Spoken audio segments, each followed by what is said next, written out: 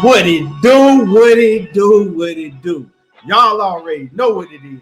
You tuned in to another episode of Everything Boxing. They ain't go talking that boxing again. And yeah, you know, y'all seen what happened earlier. But wait, it gets worse. It's going to get worse. I'm telling y'all, it's going to get worse. Because all they did is give me more time to dig in my bag. So when you come in the building, smash on the like button. Let me know that y'all in the building. And it's finna get real ugly tonight. You know what I'm saying? It's finna get real ugly tonight. Nitty G, what's happening with it? Salute to you, Nitty G. And you know, I know they ain't sending out none of my notifications, you know what I'm saying, yet, because I usually don't come on at this time. But when we get the people in the building, I'm telling y'all, I'm finna cook tonight. I'm finna cook tonight. Real talk. It's finna go down in a major way. And when I get done, I'm finna roast, barbecue all these haters that's been throwing out these narratives out here. It's over with. It's over. T-Real 713, what's happening with it? And like I said, when y'all come in the building, smash that like button. Oh, yeah. Mr. Troll Killer, Mr. Sheldon. Y'all better screen record this, because after tonight, this shit over. So if you got any of these motherfucking Errol Spence haters,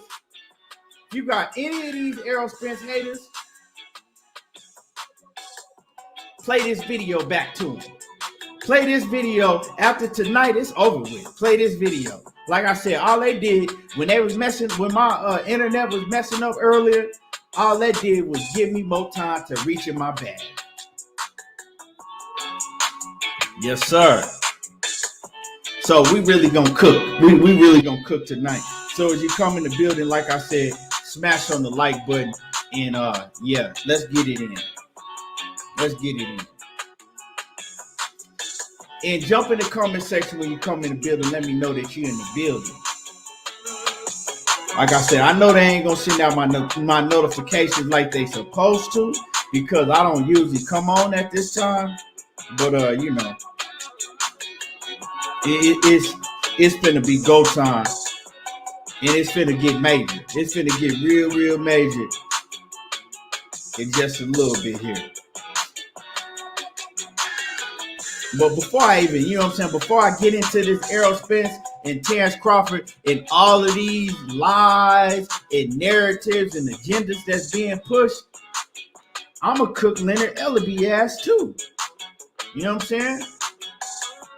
Y'all already heard me cook Leonard Ellerbe and them plenty of times. So, you know, he get mad as he want to at me. I don't give a damn.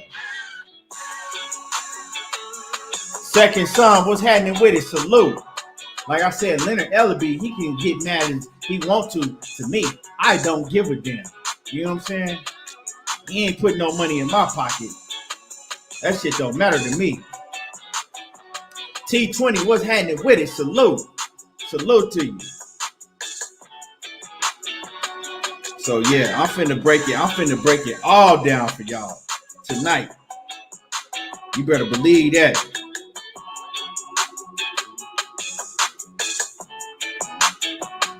I'm finna break it all down for y'all tonight.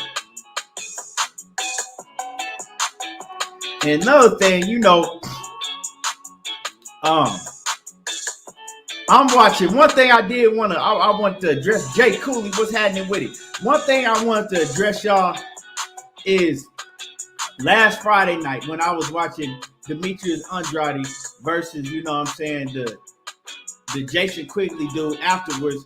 Man, they tried to shit on Gary Russell. Did y'all hear the dude? What's his name? The commentator that commentates on the zone. I can't think of his name. He tried to throw a shot at Gary Russell. You know what I'm saying? He tried to throw a shot at Gary Russell and act like didn't nobody catch that shit. You know what I'm saying? I wasn't feeling that shit. I wasn't feeling that shit. And y'all smash the like button as you come in the building. World Combat Sports. Oh, I got a lot of smoke for you today. I got a lot of smoke. You know what I'm saying?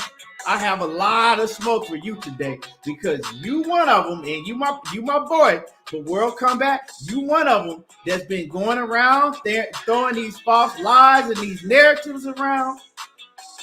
And we gonna we gonna expose all of that shit with nothing but facts today. And salute to my man World Combat Sports. If you're not subscribed to World Combat, make sure that y'all sub to World Combat. You know what I'm saying? Because after tonight, it's over with. This shit over. 817 Boxing Beat, Anthony Johnson. Yeah. And like I said, y'all smash the like button.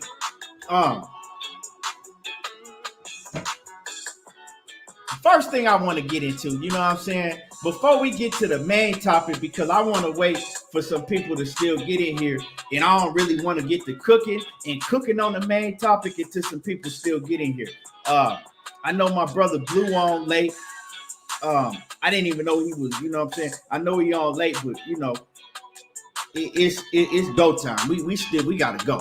But first thing I do want to cook on, y'all, is Leonard Ellerbe, right? Leonard Ellerbe. I want to talk about Leonard Ellerbe, right? Leonard Ellerbe said he been in Cassandra Mason. Salute to the Queen, Cassandra Mason. Leonard Ellerbe, he been out here, and you know, one thing I noticed about Leonard Ellerbe is anytime anybody questioned him about putting Tank Davis in the ring with, you know, tough competition, Leonard Ellerbe gets very offended. Now, Leonard Ellerbe was just asked about Devin Haney, right? He was just asked about, well, you know, what about Tank and Devin Haney? And Leonard Ellerbe says, well, they're only looking to make the biggest and best fights for Tank Davis. Okay, cool. I ain't got no problem with that, right? And Sheena, the Queen Sheena in the building, right? He says, they're only looking to make the biggest and best fights for Gervonta Tank Davis, right? When asked about, you know, what about putting him in there with Devin Haney, right? And then he goes on to say, Devin Haney still is unknown. He said Devin Haney basically still ain't sold nothing. He ain't did nothing in his career. And he basically tried to allude and say that don't nobody know Devin Haney, right? That if they put, nobody knows Devin Haney, right? To be putting Devin Haney in the ring with Tank, right? They saying that they wouldn't gain nothing off of putting Devin Haney in the ring with Tank, right? Because they're only looking to make the biggest and best fights for Tank. This is what he said when Devin Haney's name is brought up, right? So I asked myself, right? Because when they wanted to fight Ryan Garcia, right? Their excuse for wanting to fight Ryan Garcia is that Ryan Garcia was a big draw and he was a big sale. A lot of people like to go off of Ryan Garcia's Instagram numbers, right?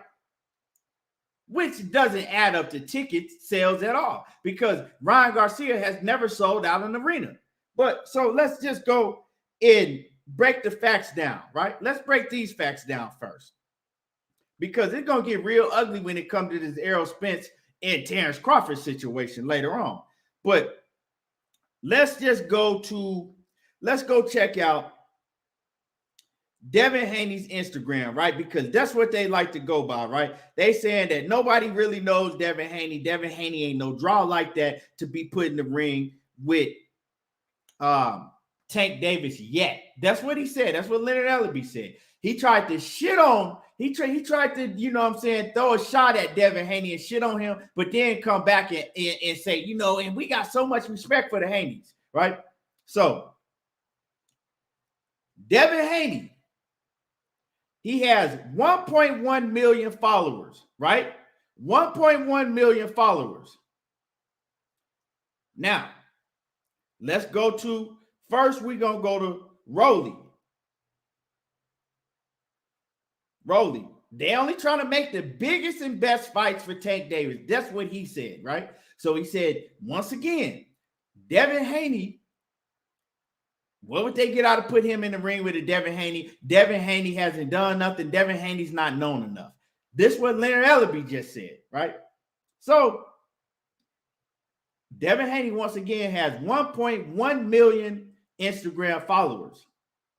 Because I'm going by this, because when they wanted to make the Tank Davis and Ryan Garcia fight, they went solely off of how many people knew Ryan Garcia from his Instagram, because Ryan Garcia ain't never sold out shit. So we go to Rolly Romero. They had made a fight between Rolly and Tank. The biggest and best fights for Tank only. We ain't even going to go backwards and talk about who they put Tank in the ring before. We're not even going to go and talk about the Gamboa, you know what I'm saying? And then what's the dude that they just had put him in the ring with, whatever his name was, the Mexican that they just had put him in. We ain't even going to go back. We're going to move forward. Okay, Rolly has 173K Instagram followers. And Rolly had much less Instagram followers before he got this little hype off the Tank fight. So it was even less than that. But right now, he has 173K Instagram followers. Devin Haney has almost 1 million more Instagram followers than Rolando Romero, since that's what the people nowadays, they like to go to see if you've known or not, right? So the biggest and best fights. So you telling me that more people know Rolly than Devin Haney? That would be false, right? That would be false. Makes no sense at all.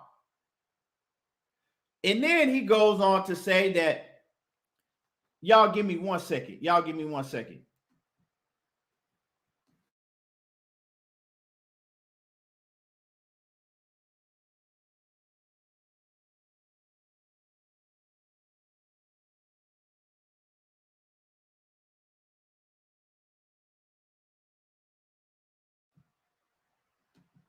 Okay. And then he goes on to say, well, Devin Haney, you know what I'm saying, he gonna have to be paid. Shit, he gonna have to be paid. What? He's gonna want to be paid. If he fights Tank Davis, he's gonna want to be paid. Well, I thought that Leonard Ellerbe and Floyd Mayweather, I thought they were in the business of paying the fighters. That's what everybody say. Well, Leonard Ellerbe and Floyd Mayweather, they want to look out for their fighters. They get Tank Davis paid. They get Tank Davis paid. Well, Leonard Ellerbe says nobody knows Devin Haney like that, and he's going to want to get paid. Well, if y'all going by Instagram followers like y'all did with Ryan Garcia, that is a lie. Now, was Ryan Garcia was he going to want to get paid? So you telling me that Ryan Garcia wasn't going to want to get paid if y'all fought? Make this shit make sense. Please make it make sense. I thought that all these fighters, they want to get paid. So the biggest and best fights, that's what he said.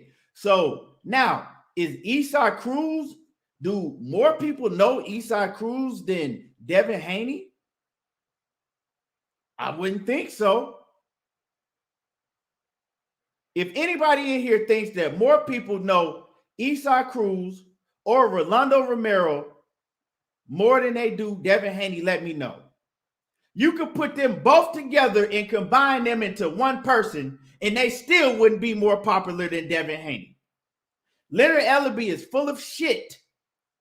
What Leonard Ellerbe is doing, and he told y'all in the past before, Leonard Ellerbe is simply fighting, having Tank fighters that they scout out, they know that he can beat, that they can give Tank a pretty good purse for fighting these guys that they know that he can beat. They paying Tank, and then they pay these other guys, they ain't paying them. But hold on. Are they paying these other guys? Because I'm pretty sure Leo Santa Cruz, he wanted to be paid.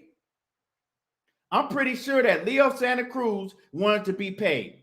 So you mean to tell me you have a problem paying Devin Haney, but you don't have a problem paying Leo Santa Cruz?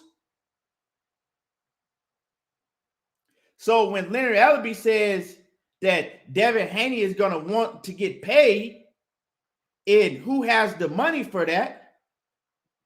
Well, the last time I checked, I thought that Floyd Mayweather was a billionaire.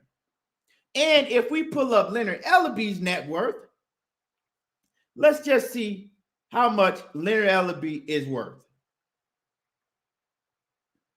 Hold on. Let me pull up Leonard Ellerbe's net worth. Because according to Leonard Ellerbe, who has the money to pay for it when it comes to Devin Haney?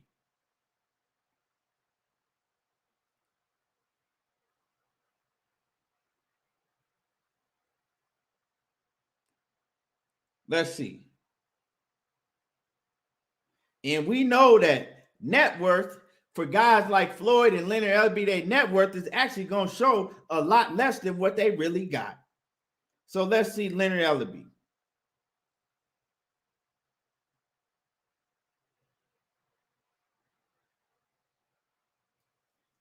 Leonard Ellerbe, net worth, right? He's 56 years old, from Washington, D.C., and his net worth in 2021 is $120 million. His net worth in 2021 is $120 million. So he probably have 2 times that. You dig what I'm saying? Leonard Ellerbe on his own probably have, at least $220 million.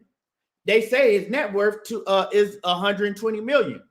Recently, they said Chad Johnson's net worth was like $5 million, and Chad Johnson pulled up his bank account, and he had over $50 million just in his one bank account. So we know what net worth is, right? We know that these men got a lot. That people have a lot more than what they net worth say. So Leonard Ellerbe's net worth alone is $120 million, right? Floyd Mayweather's net worth is over $1 billion. And you saying that who has the money to pay for it? Is nobody has the money to pay for it? But you ain't mind, like I said, you had the money when it came to Leo Santa Cruz, because I know Leo Santa Cruz wouldn't finna hop in the ring and fight Tank Davis for free. I'm pretty sure that y'all had to pay Leo Santa Cruz a pretty penny to get in there against Tank Davis, taking a risk like that when he only had 1 loss on his record. You know what I'm saying? I was born in a day, but I wasn't born yesterday. Now, so in salute, Ricky Williams, salute to you. MMA sucks. What's happening with it? Leon D31, what's happening with it? Now, so let's move on. He made it a huge excuse for Devin Haney. What's happening with it? So stay ready. Boxing TV off in that super chat. What's good with it? Stay ready. And he say he just finished the fire ass interview. Make sure that y'all go to Stay Ready Boxing TV, sub to Stay Ready Boxing TV, and after this, y'all could go watch that interview that Stay Ready Boxing TV put on. You know what I'm saying? And salute to Stay Ready. So so now let's move on, right? Now let's move on. Okay, well, for the people that don't like Devin Haney and they gonna make an excuse, right? Well, let's go to Teofimo Lopez. Let's go to Teofimo Lopez then, okay? We're gonna switch it all the way up. We're gonna go to Teofimo Lopez. Bob Arum has been vocal on several different occasions saying that he wants to make Teofimo Lopez and Devin Haney fight. He says that he wants to talk to Al Haymon. He wants to try to get that fight done, right? Well, I'm sorry. He says he wants to talk to Floyd Mayweather and he wants to try to get that fight done. with Teofimo Lopez and Tank Davis. Great fight. You know what I'm saying? A great fight. Two of the best at 135 pounds, along with Devin Haney, right? So Leonard Ellerbe, once again, he gets offended when asked about Teofimo Lopez and Tank Davis. Well, what does he say? He says the fight had never happened because they're going to ask for too much money. Teofimo Lopez and his pops are going to try to price themselves out.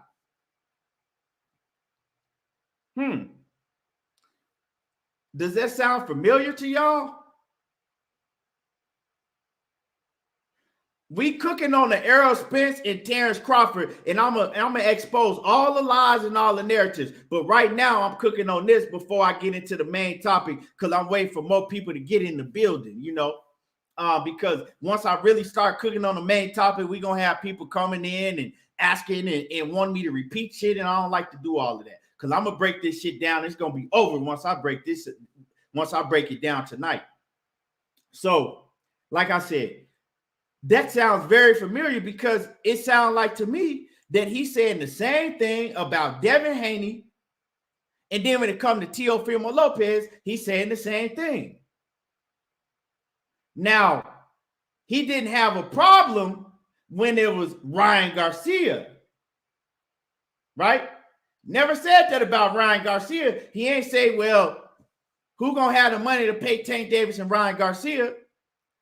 Ryan Garcia's going to want too much. But when it was Devin Haney and it was Teofimo Lopez, two fighters that's right, that the public boxing fans look at, and we can look at the eye test and we can see that I'm pretty sure 95% will say that those fighters are a lot better than Ryan Garcia, right? When it was Ryan Garcia, it wasn't no problem. Make the fight. Let's make it happen. I'm talking about they were all over that fight trying to make it happen. Begging damn near, begging De La Hoya and them to get the Ryan Garcia fight, right? Teofimo Lopez, Devin Haney, Leonard Ellerbe makes the same excuse. We ain't got no money for that. They gonna ask for too much money. What a coincidence, huh? What a coincidence. Y'all don't see a pattern? Y'all don't see a pattern. When it was Gary Russell, nobody knows Gary Russell. He said the same shit about Devin Haney. Nobody knows Devin Haney. But this is the man that gets on camera and tell you that they're looking to make the biggest and best fights for Tank Davis in nothing but the biggest and best fights. But then they give you Isai Cruz. Before that, it was Rolly Romero. Right? I mean, talk to me. Make it make sense. Please make it make sense. Cassandra Mason and Dwayne Freeman in the building. And I'm going to let y'all think about that one quick second. Give me a second. I'm going to be right back. And y'all think about that for a second. Give me one quick second.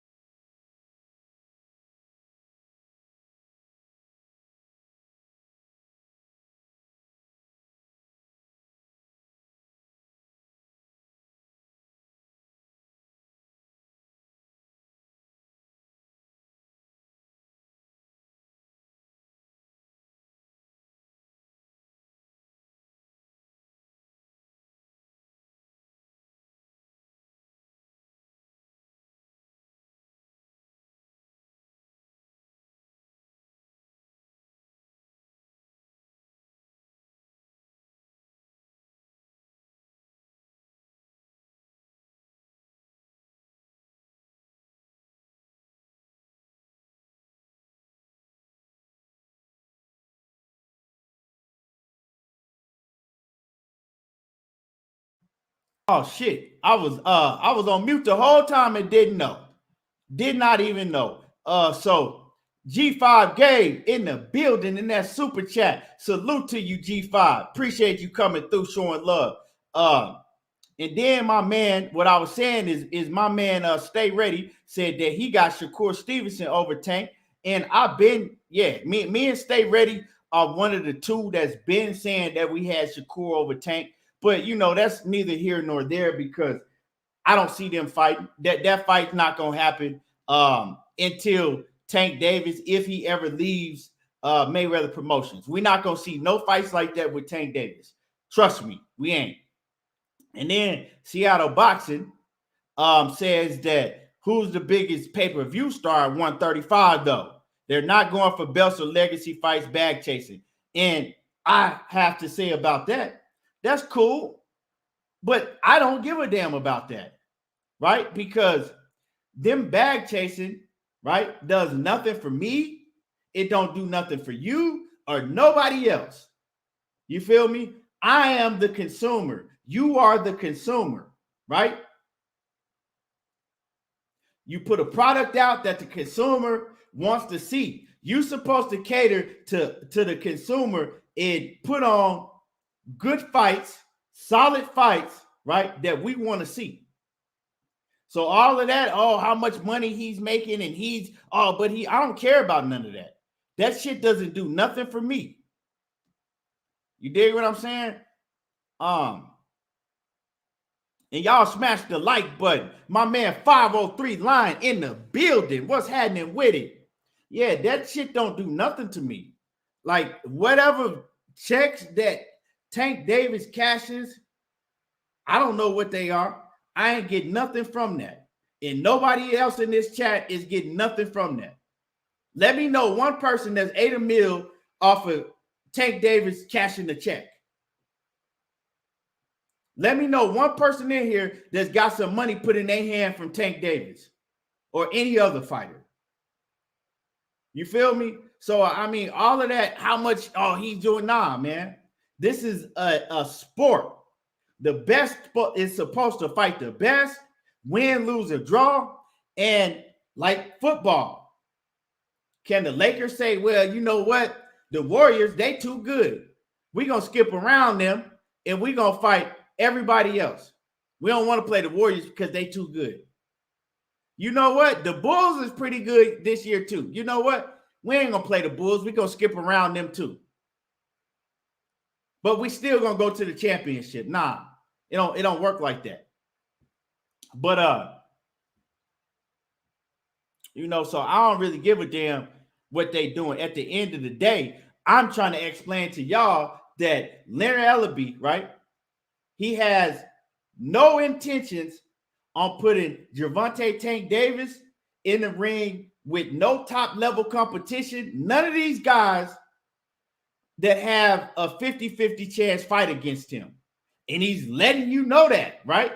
He's letting you know that. His motto is make fights that they think they know because, I mean, you can't say that you know he's going to win because anything can happen in boxing, right?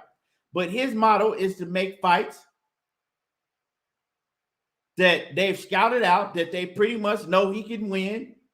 And so they're willing to pay Tank Davis whatever he's getting, right? But then on the flip side, they'd rather it be a guy like an Isai Cruz or a Rolly Romero, somebody that they don't have to pay a lot, right? They can pay them a little, you know what I'm saying? They could give them, they still gonna get their highest payday, but it ain't really a lot. Now, if it's somebody like a Leo Santa Cruz that they scout out, has a big name, they don't have no problem with paying them. Right? If it's somebody like a Ryan Garcia, has, you know what I'm saying, a Ryan Garcia ain't proved nothing, but they could look at Ryan Garcia and they say, oh yeah, Tank could knock his ass clean out. We'll pay him. But when it comes to Devin Haney or Teofimo Lopez or Vasil Lomachenko or one of these other fighters where the fight may be a 60-40 in Tank's favor, it may be a 50-50, you know what I'm saying? Maybe 45-55. in the other opponent's favor, however it may be. They're not interested in putting him in fights of that magnitude. They just not. And that's just what it is. But, Leonard Ellerbe, he continues to do these interviews, and the thing that really get to me is how aggravated he gets and how pissed off he gets if you ask him about one of these other fighters. You feel me? Like, watch Leonard Ellerbe in interviews and look at how aggravated he gets when he's asked about another top-notch fighter. That shit is what really get to me. This man not only puts on bullshit-ass fight after bullshit-ass fight when it comes to a great fighter. Tank Davis is a great fighter. The man can box. He can bang. He's fast. He got it all. Tank can do it all, right? But the product that they put out, that they give us, right, is getting old. And see, people was calling me a hater when I've been saying this shit. I've been saying a long time ago, well, Tank need to fight somebody. People was calling me a Tank Davis hater. It had nothing to do with that. I know Tank is great, but I want to see great fighters fight other great fighters. I don't want to fucking see, you know what I'm saying? Like, I don't want to see fucking Hulk Hogan in the fucking ring every week against goddamn Brooklyn Brawler. You know what I'm saying? Back when you used to watch wrestling and shit as a kid. Ain't nobody want to fucking tune in every single week and watch Hulk Hogan in the ring with the Brooklyn Brawler. That's the shit that we seeing with Tank Davis. Complete mismatch fights all the time. And he letting you know that it ain't gonna change no time soon.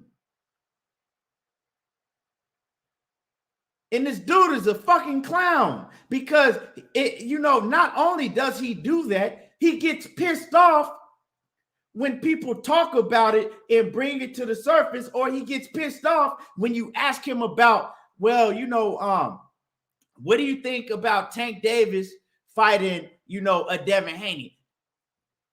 Well, Eddie Hearn's a fucking, Eddie Hearn's a fucking clown.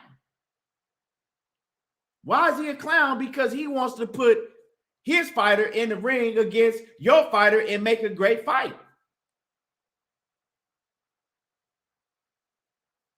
Make it make sense to me.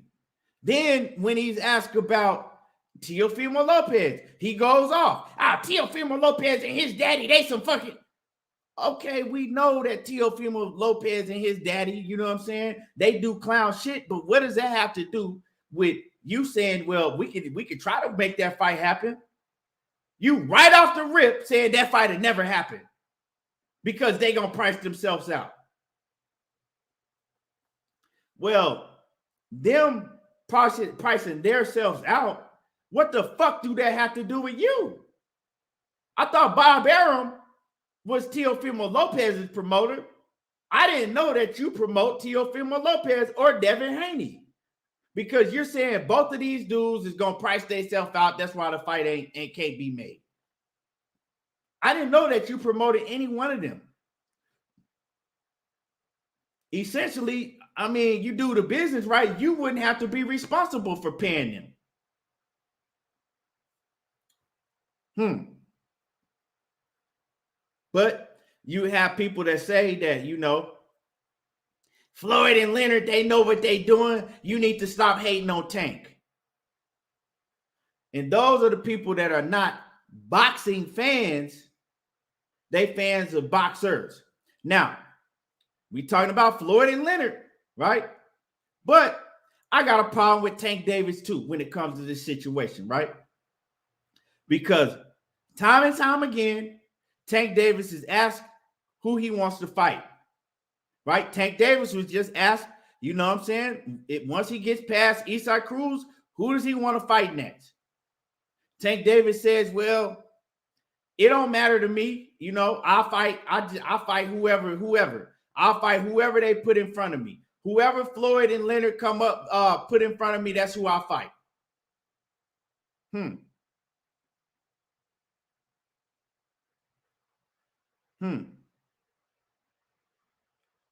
Whoever Leonard Ellerbe and Floyd Mayweather put in front of me, that's who I fight.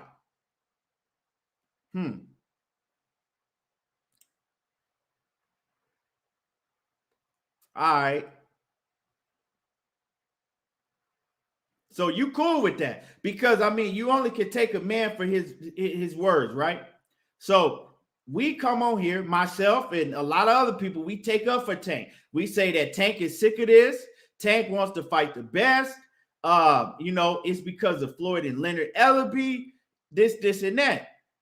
But every time Tank Davis gets a microphone in his face, and he just recently, the last time he did an interview, he was asked once again, who would he like to fight after this? It don't matter to me. Everybody knows I just fight whoever they put in front of me. Well, I don't know that. What I know is that you're a man, and I know that you ask a question, right? You supposed to, right? You're supposed to hold your fucking nuts and say, look, you know, I don't know what Floyd and Leonard got planned, but I want to fight such and such. And if I can't fight him, I want to fight such and such. And I'm going to go to Leonard and Ellerbe. I'm going to go to Leonard Ellerbe and Floyd Mayweather after I get past my next fight, and I'm going to, you know, talk to them about making that fight. Because, see, we blaming it all on Floyd and Leonard, but Tank Davis has a role in this shit too.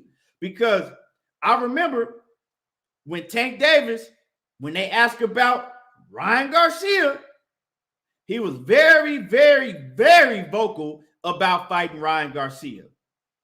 Energy wasn't the same when it was Devin Haney. Energy wasn't the same when it was Vasyl Lomachenko. If y'all get where I'm going here. So I'm not saying that he is okay with the opponents that Leonard Ellerbe and Floyd Mayweather are putting in the ring, you know, for him to face him. But what I am saying is that he should not letting anybody know in public that he have a problem with it.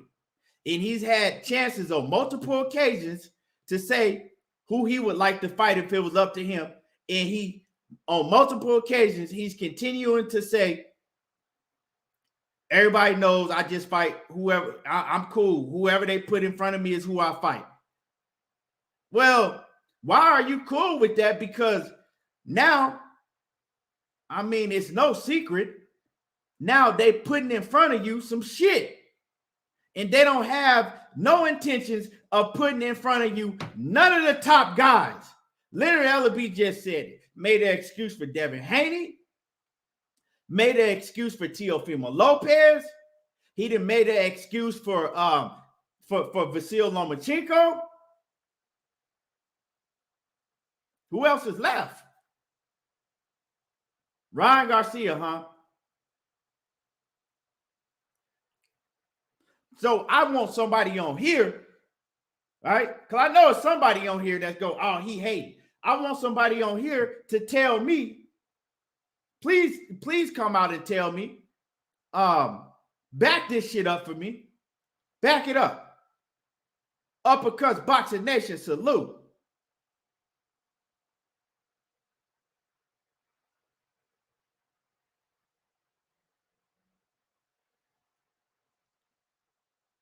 Because the same people that'll say that, oh, well, I'm hating on Tank or somebody hating on Tank because they pointing this shit out are the same people that go out and say, well, fuck a Jake Paul. He needs to be fighting. Well, what real boxers is he fighting?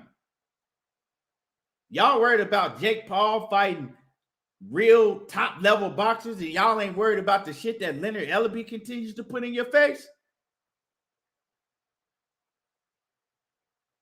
I'm confused. Is this boxing? This ain't the sport that we grew up watching, is it? So y'all worried about a YouTube fighter, and y'all worried about seeing him in there with top competition, mad because he not fighting what y'all say are real boxers. But you telling me that, oh, I'll pay to see Tank Davis and Isai Cruz. I was gonna pay to see Tank Davis and Rolly.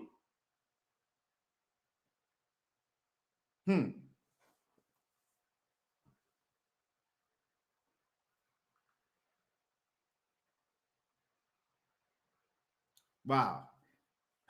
Wow. And then Leonard Ellerbe, he got a nerve enough to get pissed off if me or somebody else points this out. Like, do you think that people don't know? This is the thing, right? Do you think that everybody is just a casual fan? And because the casual fan, what they do, oh, Tank Davis is fighting.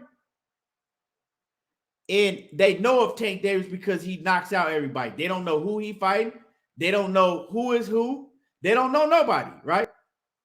They don't even watch boxing. They just know Tank Davis, maybe because he's well known in the hip hop scene, maybe because they caught on to him for being with Floyd Mayweather, but they don't watch boxing. They just know that, well, shit, he's exciting. I want to watch. I don't give a damn who he's fighting. So Leonard Ellerbe, right? When you have people that know what you're doing, that can see right through the bullshit, you can't expect everybody to be a casual fan. So don't get pissed off when people bring this to the table. Do you think that nobody is supposed to say some shit about this?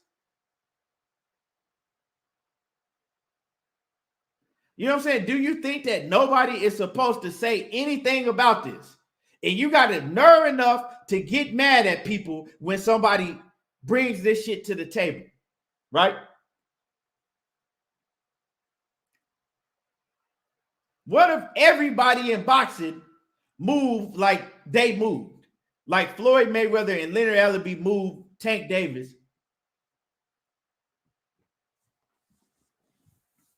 Sean Porter will still be undefeated. Keith Thurman will still be undefeated. Kell Brook will still be undefeated. Deontay Wilder will still be undefeated. Dillian White will be undefeated. Anthony Joshua will be undefeated.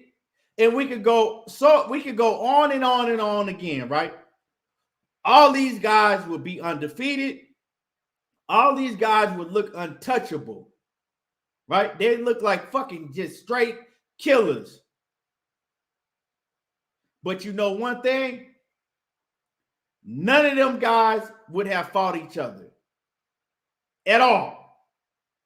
You would have a whole bunch of Hulk Hogans against a goddamn Brooklyn Brawler every time you see a boxing event.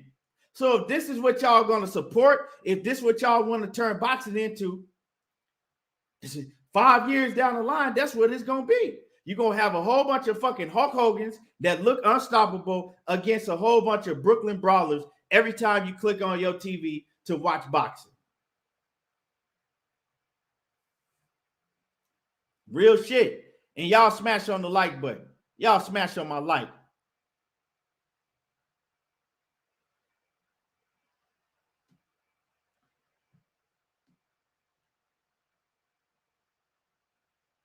And A Money, quit coming in here lying on Money Brown. Money Brown, everybody know that Money Brown is the last motherfucker that's going to, Money Brown is the last man that's going to say anybody, right? That's going to say Canelo is afraid of anybody. So quit coming in here lying on that man before I block you. Everybody, and their mama know that Money Brown would never, ever say that Canelo is afraid of anybody. You don't cut the bullshit. Don't come up in here trolling because I have somebody block you. And what the fuck this got to do with Money Brown? What does Tank Davis and Leonard Ellerbe and Floyd Mayweather have to do? See, this is the type of shit. These dudes is ignorant. They're coming here with dumb shit all the time.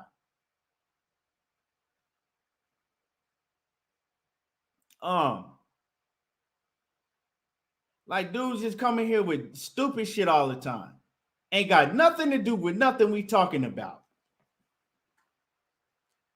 L Morris 691. He says Cruz can fight though.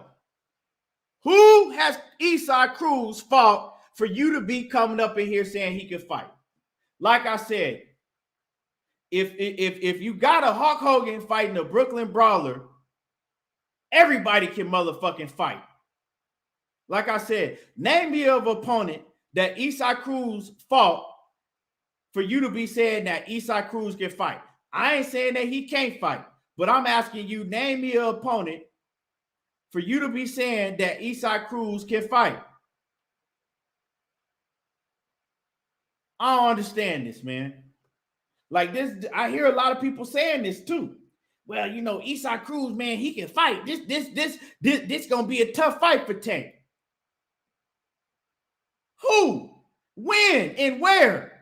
Name me a fight. Name me somebody that Eastside Cruz beat.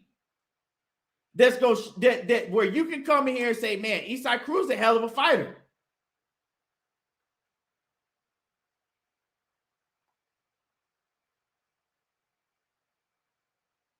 Yeah, and Dundada says, I seen his last fight, right? He can't name the dude, but it was a phone booth fight. I mean, not Dundada. L Morris 691. It ain't no beef, you know what I'm saying? And I have no beef with you at all, L Morris. But I'm saying, you said everything right there. You said you can't name who he fought, but it was a phone booth fight. Now, like I said, name me somebody that Eastside Cruz fight to where you can go and say, hey, dude proved it. He proved he can fight. I see motherfuckers in the gym have phone booth fights all the time. And they look and leave the gym and you're like, man, that motherfucker can fight. You put him in there with a real fighter. And like this is some real shit, right? I done seen guys in the gym, right? And you like, man, you watch him spar, and you like, man, this dude can really fight. Dude can fight.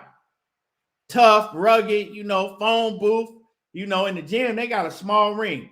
Phone booth type fighters, you know. And then they get in there with a real fighter, and I done seen it plenty of times.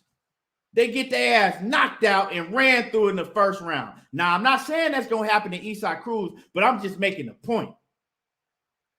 You got to fight somebody first for somebody to be, oh, well, Eastside, he ain't on Tank Davis level.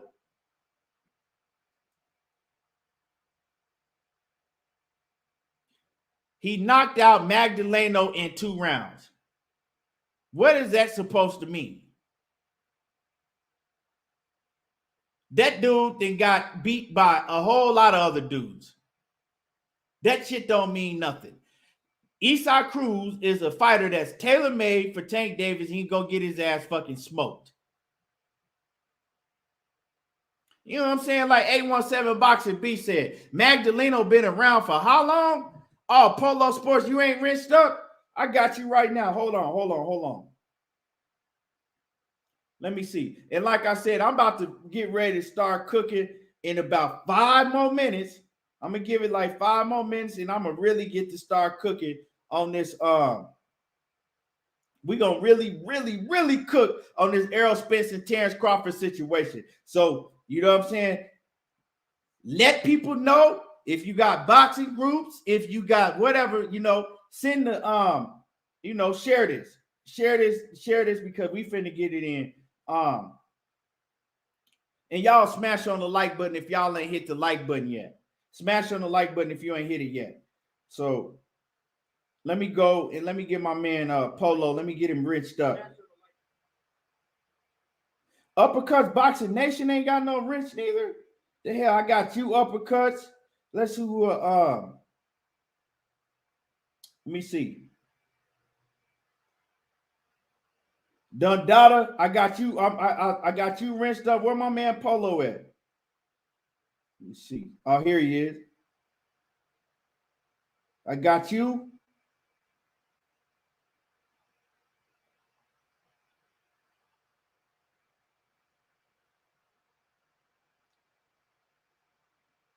So, right, y'all smash on the like button. And so like I said, man, I can't tell nobody what to do at the end of the day, but we need to cut it out supporting this bullshit because we part of the problem if we keep supporting this shit that Leonard Ellerbe and you know what I'm saying? If we keep supporting this shit that Leonard Ellerbe and Tank Davis is pulling and Floyd Mayweather, we ain't gonna never get the fights that we want to see. And salute to Ryan Clark in that Cash App, man. I appreciate you. I appreciate you, man, coming through with the Cash App. So, oh, Mr. Mechanical, I ain't even, hold up. I got you too. Let me see. Got you. I got you. Now, y'all, I'm finna cook. Now, don't start blocking people. Don't even block them. You know what I'm saying? Don't even block them because I'm finna lay my bill down. I'm finna cook on this situation. It's finna get ugly. So, you know what I'm saying? Don't even block them. I want them to hear this shit because they need to listen to this shit. So anybody that's been running around with the narrative that Errol Spence has been ducking Terence Crawford, that Errol Spence and Terence Crawford, that fight, they could have been in fault. And it was because Errol Spence that they didn't fight and all of this. Well, all that shit finna come to an end right now. You dig what I'm saying? All of it is finna come to an end right now. And we're gonna squash this shit with nothing but facts. You feel me? We're gonna squash this shit with nothing but facts tonight. And next time a motherfucker try to argue with you, and try to tell you that Errol Spence is the reason why this Terence Bud Crawford and him didn't fight yet, and that he was ducking and all of this shit, go back and study this video, right? I'm gonna break this shit down for you. So let's go ahead and start off. Let's go ahead and y'all hit the like button. Get the likes up. Get the likes up. Hit the like button. Because, like I said, I wanted to really do this earlier, but y'all seen what kept happening, right? Y'all seen what kept happening. I wanted to do this earlier. But so get the likes up, you know. And we're going to start from the very beginning. We're going to start from the very beginning, right? Now, a lot of diehard Terence Crawford fans, they say, well, Errol Spence told Bud Crawford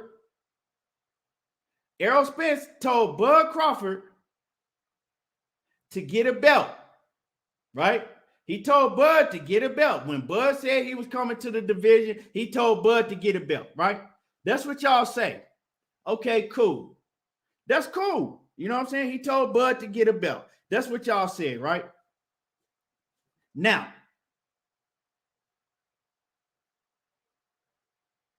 y'all ready for this, right? Because that's y'all first thing. Well, he told Bud to get a belt. Now, but don't forget, when Bud Crawford, when he first came to the welterweight division, he was calling out Keith Thurman. Now, also, when Bud came to the welterweight division, he was coming from 140 where he made undisputed. Bud Crawford, right? And Bob Arum, his promotional team, at that point in time, they had a choice. They had a choice to pick what belt they wanted to go after, right? Because he's undisputed. They had a choice to go after whatever fighter that they wanted to that had a belt at that point in time, moving up from 140 pounds. They chose to go after Jeff Horn. Now, Jeff Horn had the WBO belt. We all know that the WBO belt, right? We all know that the WBO belt is pretty much the top ranked belt. So it is what it is. I ain't gonna shit on Terence Crawford for going out to the WBO because he signed with Bob Arum, and pretty much we know that Bob Arum is making the plays. Pretty much we know that Bob Arum was not going to have Terence Crawford come straight from 140 pounds to fight Errol Spence for the IBF, and he wasn't going to have Terence Crawford go fight Danny Garcia or Danny Garcia didn't have no belt no more. He wasn't going to have him go straight and fight Keith Thurman neither, right? He wasn't going to have him go fight Keith Thurman neither. So, right. So we cool. I ain't going to shit on Terence Crawford for going straight up and fighting Jeff Horn. Now let's go down the timeline.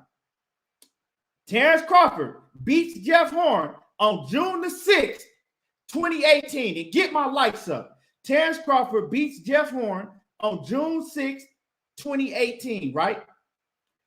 2 weeks. Listen to what I'm saying, y'all. 2 weeks after that, Errol Spence, he fights and defends his IBF against Carlos Ocampos, right? It was his mandatory. Errol Spence goes out on June 6, 2018 and stopped Carlos Ocampos in the first round, right? So they fought 2 weeks apart. 2 weeks after Jeff Horn got his ass beat by Terence Crawford, Errol Spence came and had his fight against Carlos Ocampos, right? Now, Terence Crawford was the next fighter to come back and fight. Terence Crawford was the next fighter to come back and fight, right? He comes and he fights Jose Benavidez in October of 2018. He goes fight Jose Benavidez and he stops Jose Benavidez on October 2018, right? Bam. So Terence Crawford got 2 fights in. Errol Spence, he only fought that 1 fight, right? Then, right? So now, listen to what I'm saying. Then the event that took place, what everybody talking about, right? When Terence Crawford and Errol Spence met up with each other. They met up on November the 17th, 2018, right? At the Maurice Hooker fight. They met backstage at the Maurice Hooker fight, November 17th, 2018, right? Now, at this point in time, Terence Crawford nor Errol Spence had fought on pay-per-view. Terence Crawford nor Errol Spence had a big name fight yet. Errol Spence hadn't fought Mikey Garcia. Terence Crawford had been on pay-per-view once, and it flopped. He had been on pay-per-view once a few years before this, and it flopped when he fought on HBO pay-per-view. He only did about 70,000 pay-per-view buys, right? It flopped. But he hadn't been on pay-per-view with Top Rank yet. So neither of these guys had no pay-per-view fights, right? And I'm saying this because we got to remember, Top Rank and PBC. The only way they could make this fight is put it on pay-per-view. So at this point, neither of these fighters had been on pay-per-view. So when Terence Crawford and Errol Spence met up backstage at the Maurice Hooker fight, Errol Spence had already signed, right? Had already signed to fight Mikey Garcia. You dig what I'm saying? Errol Spence had already signed to fight Mikey Garcia.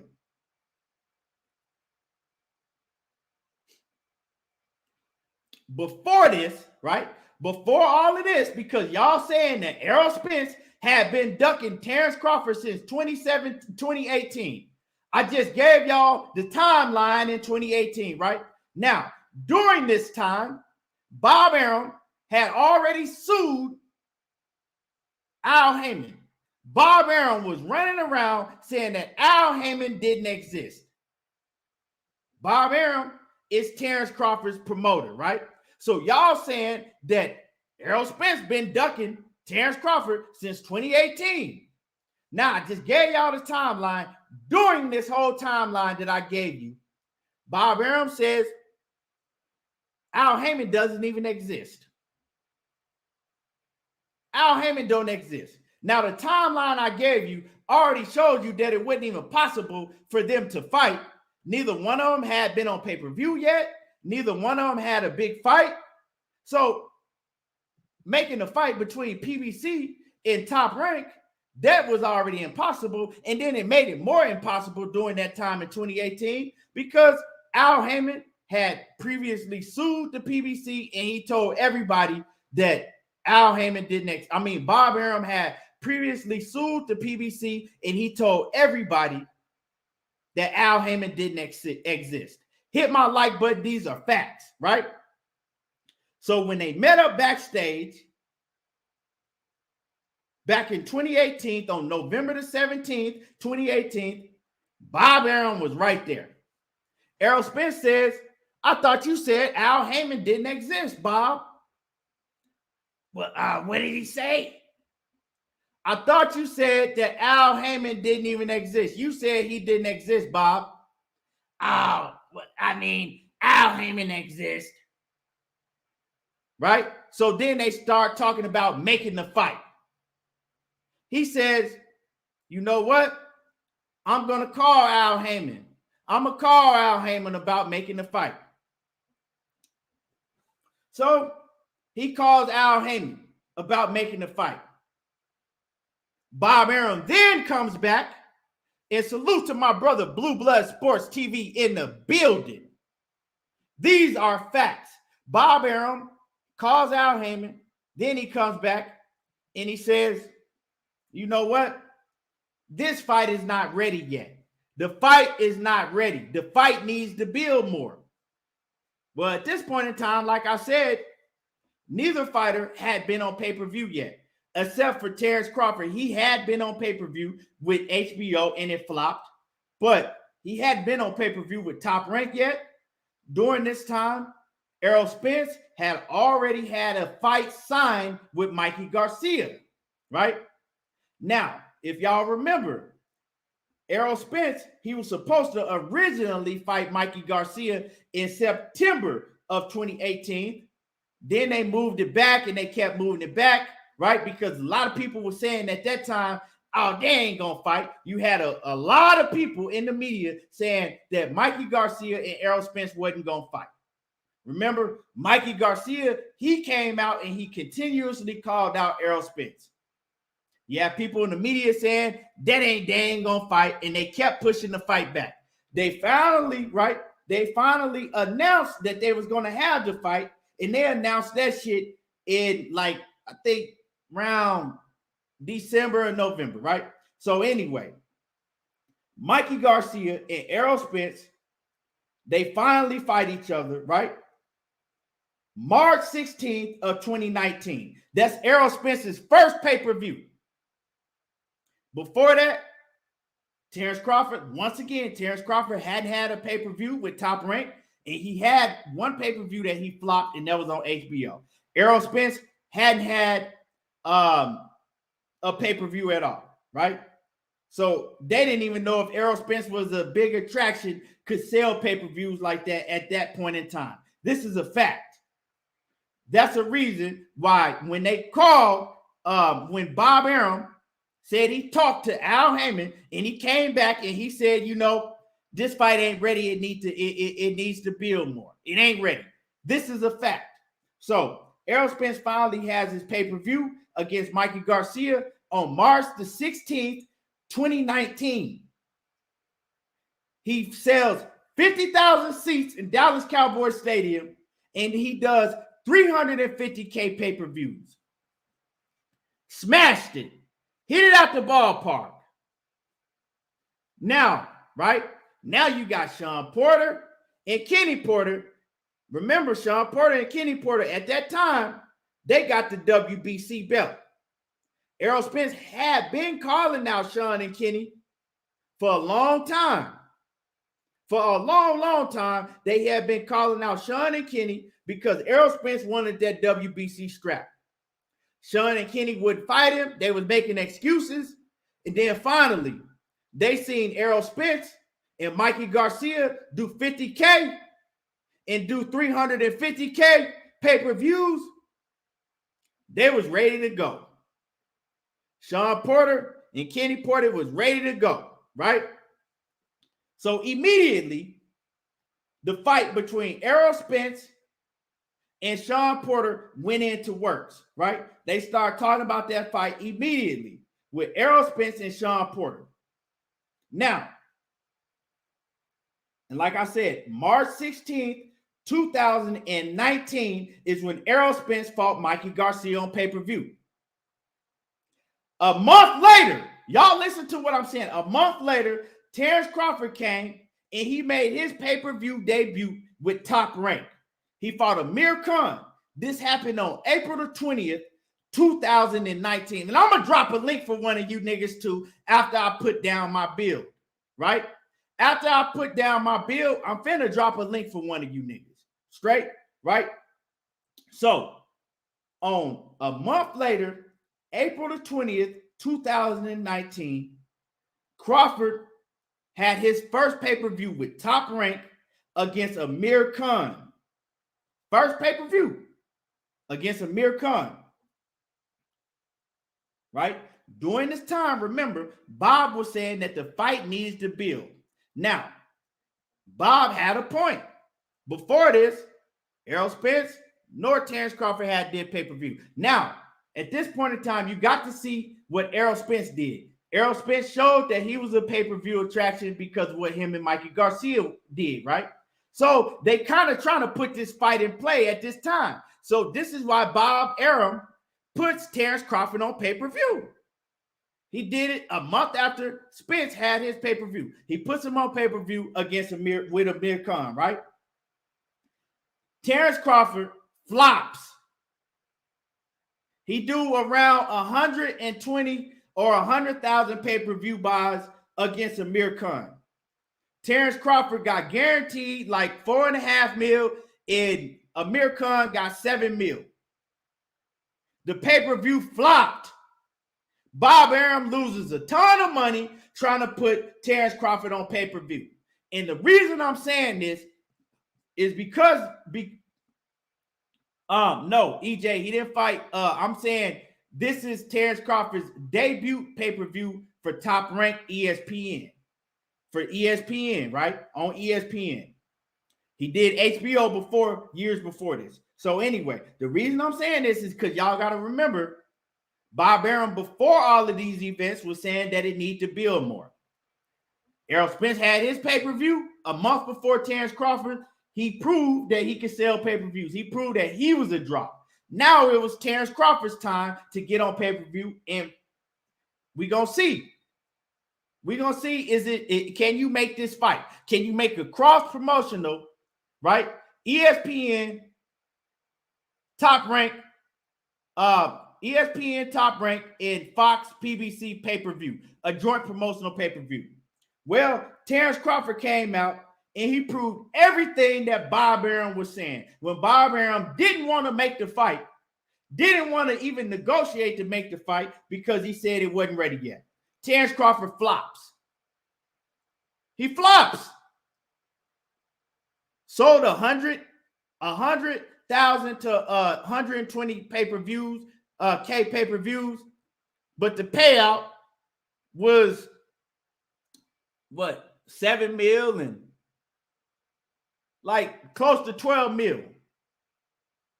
They didn't even sell out the arena. These are facts. They didn't even sell out the arena. The gate didn't even sell out. So it flopped. Bob Arum has since told you he lost a ton of money on that fight.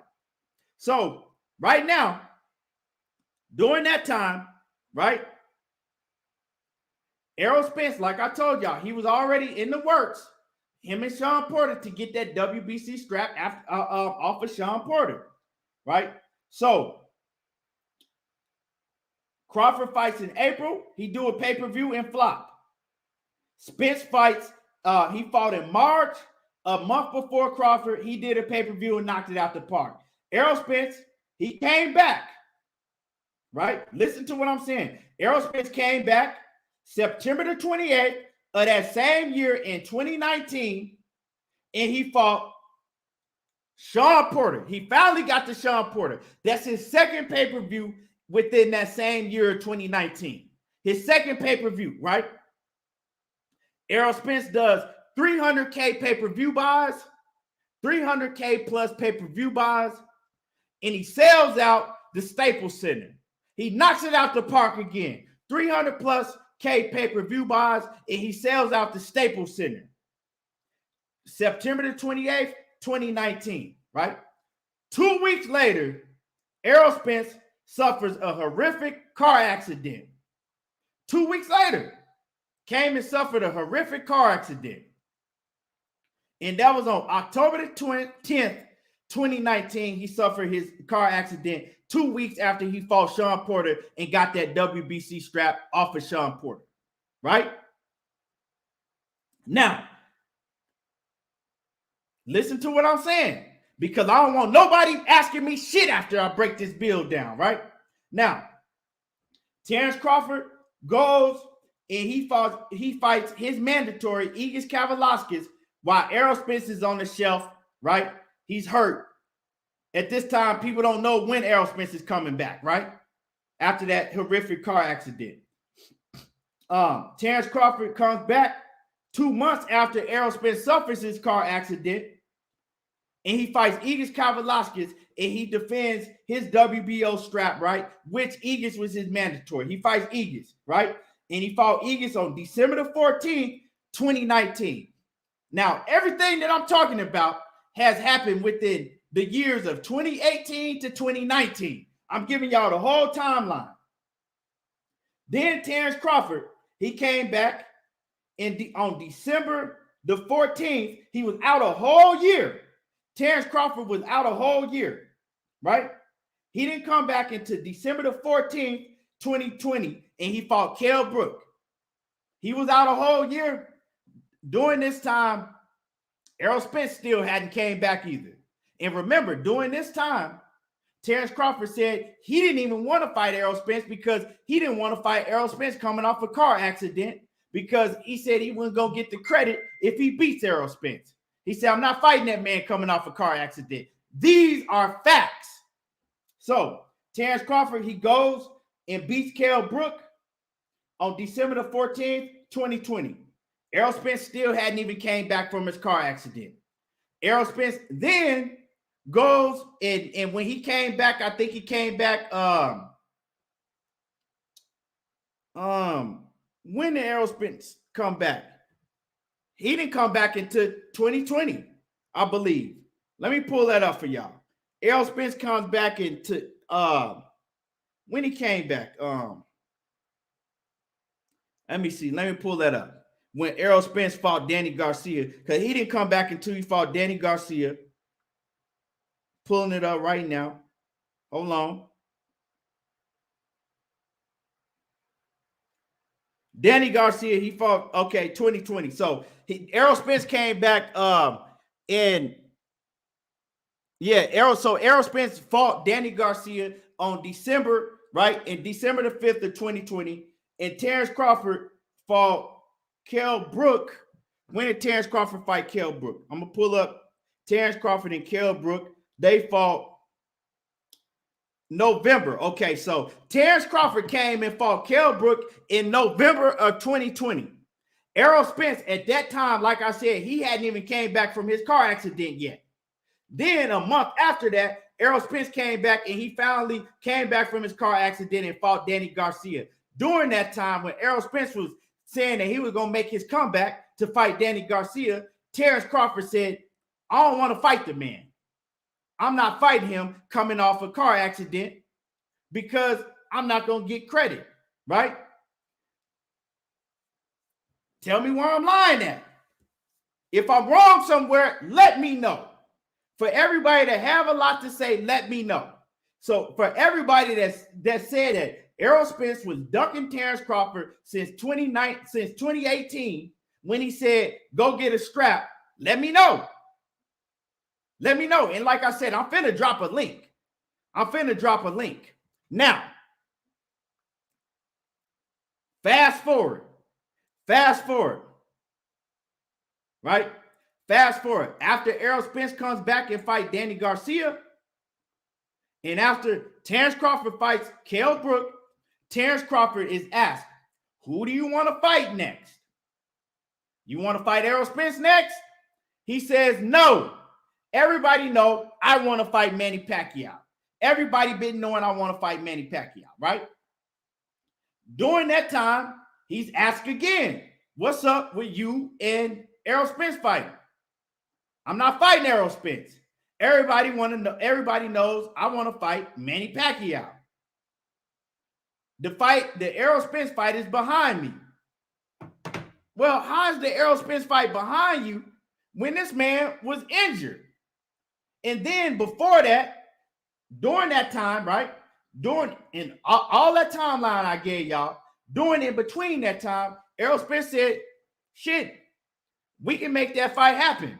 I believe it was after, we can make that fight happen. It was in between the Danny Garcia and the Sean Porter fight, right?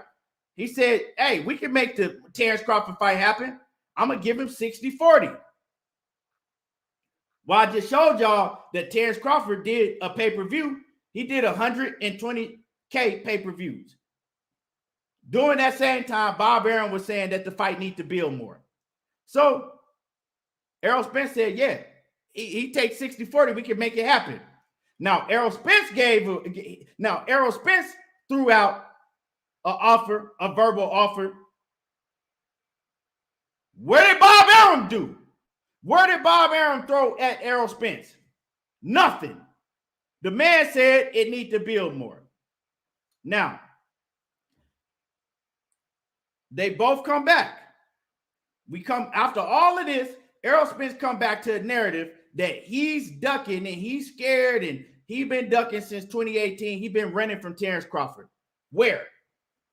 I just gave y'all the timeline. Where? I want to know where.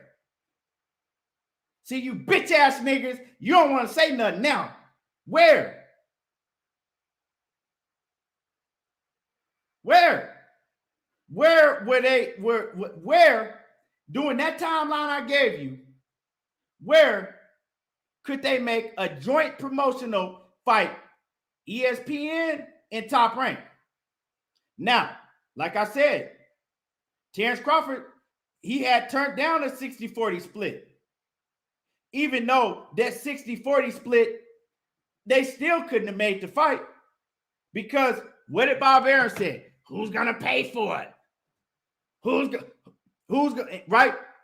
Now, during this time, we in the pandemic. And then they really start talking about fighting in the pandemic.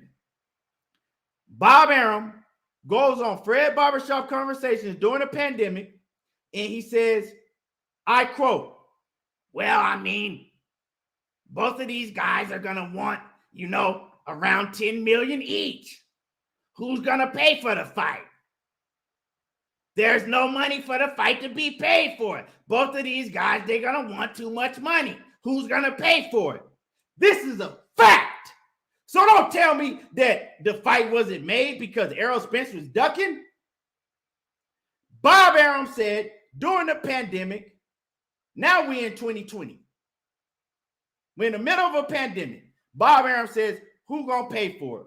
Both of these guys are going to want to, 10 million each. And who going to pay for it?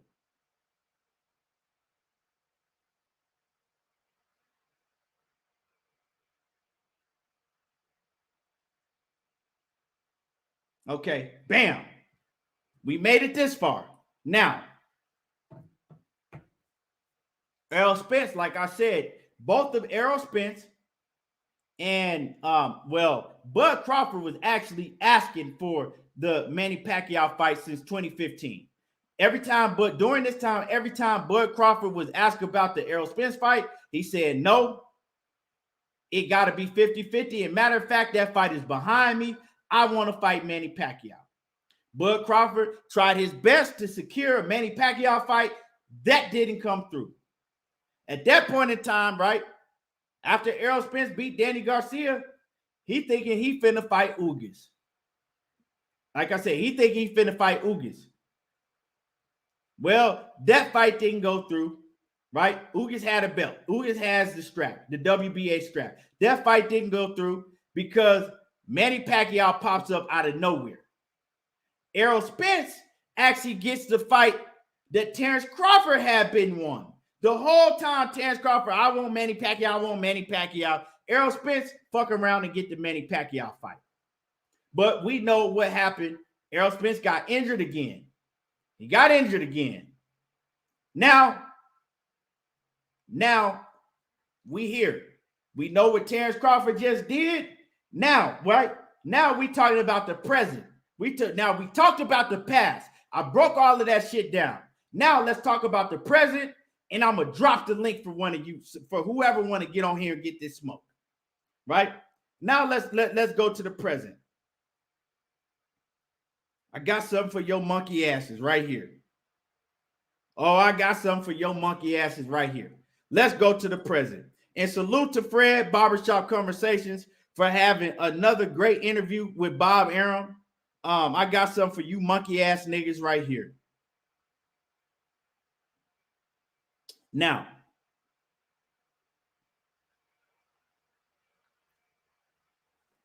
hold on. Oh, yeah. He's heating up. Hit the like button. Y'all smash the like button. Oh, yeah, it's heating up now. Oh, I got something for you monkey ass niggas right now.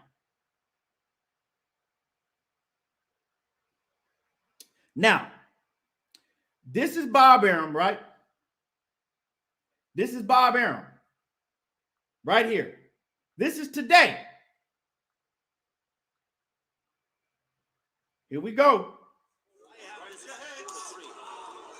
Hold on. Get that out the background. Now, here's Bob Arum right here. Promoter. Hold on. You know, this is still a... Now, here we go. Listen closely. For you lying ass niggas, listen closely, right? This is Bob Arum. One thing he had to say on the Terence Crawford and Errol Spence fight. Listen closely, you monkey ass niggas. Here you go. Promoter. Right. You know, this is still a business, man. If you offer them double digits, both of them, big millions, it's very hard to see in the current climate of pay-per-view how you come out.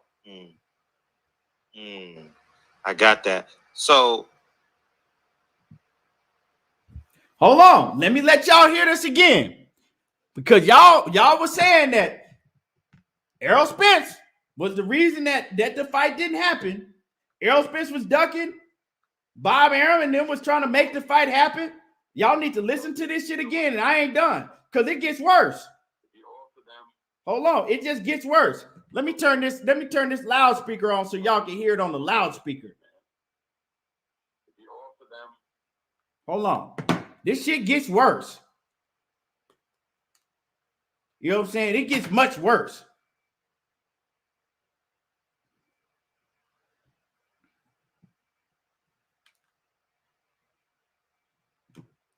Turn this loudspeaker on right here.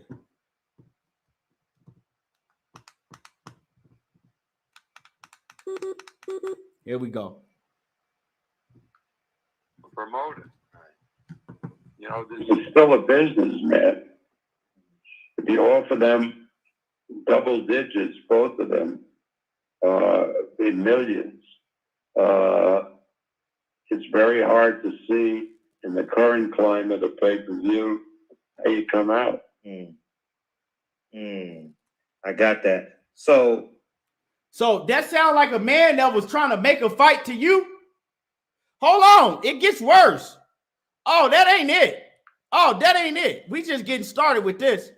So, right, he says it's very hard to see how you're going to come out if you offer them both millions, right? This is what Bob Arum said about making Terence Crawford and Errol Spence fight. This is still a business, man. This is today. If you offer them double digits, both of them, in millions, it's very hard to see in the current climate of pay-per-view how you come out. Okay, bet. Now hold on. That ain't it. Oh, it gets worse. It gets worse. Hold on. I got a lot more for y'all. I got a lot more. Hold on. Now, this is Bob talking directly on the fight between Errol Spence and Terence Crawford. This is what he had to say next on it, right? It gets worse. Have a different idea. We know what our numbers are showing, and it's a tough sell at either 15 or 20 million. Right.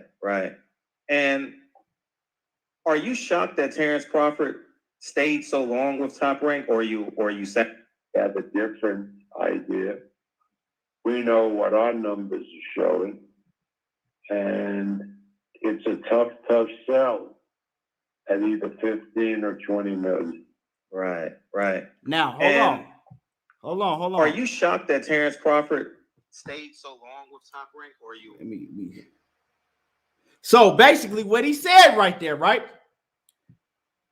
He said it's a tough sell, right? They came up with a number, 15 to 20 million for the overall, how much the overall fight was going to make. That's both fighters combined, right? Bob Arum said, if you combine the purses, if it comes out to 15 or 20 million, right? Not each. This is combined. He said it's a tough sell. This is Bob Arum.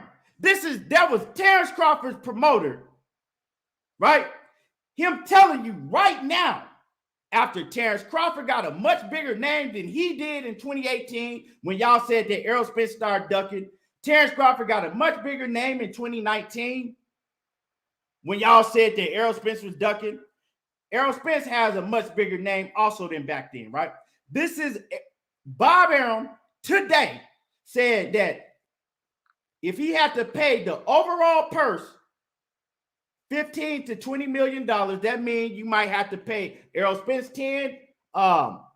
Terence Crawford might get, you know what I'm saying, 10 or you know, 13 or whatever, right? I mean 10 or 8 million or whatever, right? He said he wasn't even willing to pay 15 to 20 million out for the overall fight. Now we know that Errol Spence versus Terence Crawford is the biggest fight in boxing right now. We know that this fight will probably generate close to $100 million, but he's not willing to pay $15 million. So that means that he's not willing to pay both fighters, right? You pay one fighter, say 7.5. He's not willing to pay these guys $7.5 million each. This is a fact. This is what he just said. He said he's not willing to pay these guys $7.5 million each because it's a tough sell. He ain't willing to take a chance on it. But you stupid motherfuckers keep talking about that Terence Crawford and Bob Arum wanted to fight. That Errol Spence has been ducking this man since 2018. Now, hold on. It gets worse. Y'all don't even hear me. It gets worse. Oh, it gets worse. Here we go. We were very anxious to sign him to a long-term contract. And in my opinion, the contract was too rich. And we guaranteed him too much money. It's not on Terence. It's not his fault. It's on us. That's our fault. But I can tell you that it didn't work out for us. We lost money on every Crawford fight. And it is what it is. Hold on. Run that back for the people in the back that didn't hear it. One more time. We were very anxious to sign him to a long-term contract. And in my opinion, the contract was too rich, and we guaranteed him too much money. It's not on Terence. It's not his fault. It's on us. That's our fault. But I can tell you that it didn't work out for us. We lost money on every Crawford fight. And it is what it is. Wow. Now, drink more water. He says, oh, Bob is just saying that because he's salty that Terence Crawford left. So, was Bob saying that when Bob said the same thing when Terence Crawford was with him? What's your excuse then? When Terence Crawford went out there and did less than 120,000 pay-per-views, but they had to pay Terence Crawford like $5 million, and then they had to pay Amir Khan $7 million. Where did the money come from? And he told you that, hey, I lost money. I lost a ton of money on that. Now he coming and he's saying that, it ain't on Terence Crawford. We guaranteed him way too much. We lost money on every single Terence Crawford fight that we put on. Ever since we gave him that contract, we've lost money on every single fight that Terence Crawford put on. So you mean to tell me that that's a man that was trying to make a fight between Terence Crawford and Errol Spence? Now, Terence Crawford just told you and looked at everybody and looked at Bob and said, look, Bob couldn't secure me the Errol Spence fight when I was with him. How he gonna secure the Errol Spence fight when I'm not with him? But Terence Crawford in his camp, ESPN, and all you hating ass fans said they trying to make the fight, but Errol Spence don't want to fight. Well, Bob Arum, you heard what he said. Also, you heard Terence Crawford just contradict himself once again. He told everybody Bob Arum couldn't secure me the Errol Spence fight when I was with him. Now, Bob Arum just told y'all why he didn't want to make those fights. Bob Arum just said, hey, $15 or $20 million for the overall fight, that's too much. You taking too big of a risk. That's what he said. But when everybody knows that is a lie, because the fight is worth, that's the biggest fight in boxing. I mean, it's worth at least 50 mil.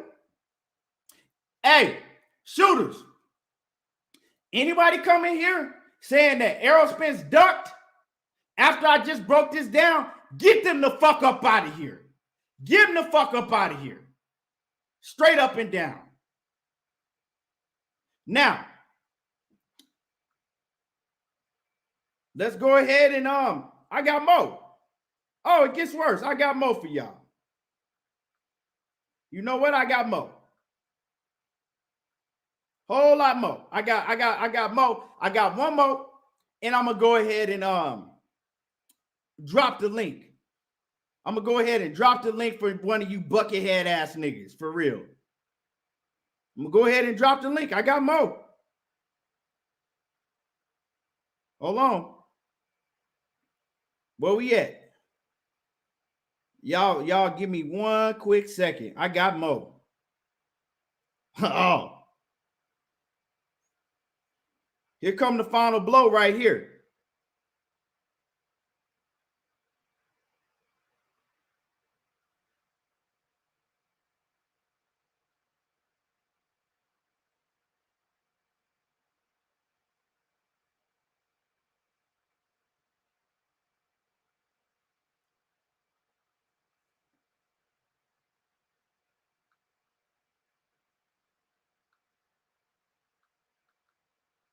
Here it go.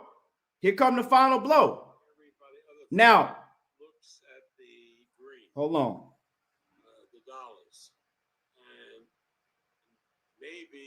Now, hold on.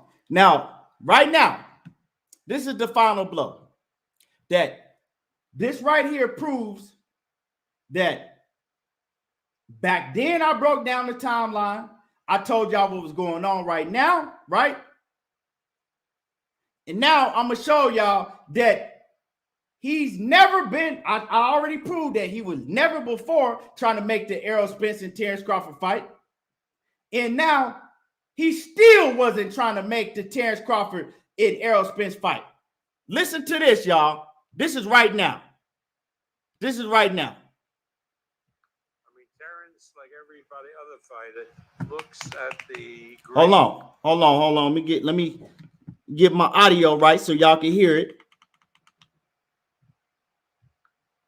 I mean, Terence, like everybody other fighter, looks at. Oh shit, my bad. I ain't got the speaker on.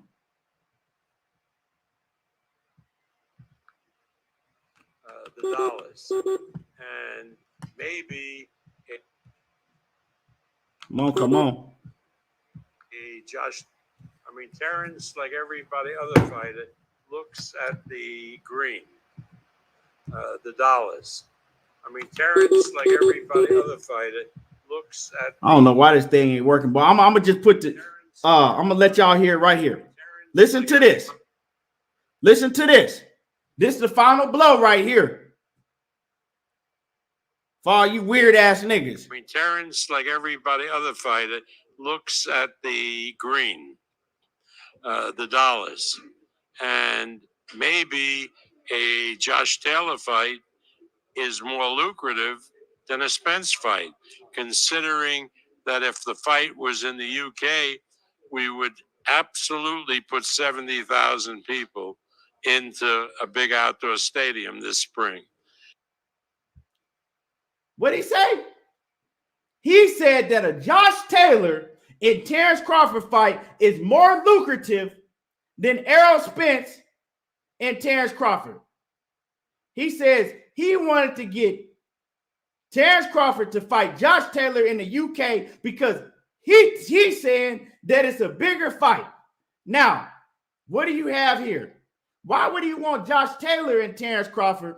Oh, because they're both under top-ranked promotions. Because they're both under top-ranked promotions. And once again, Bob Arum don't want to have to split the bag with nobody.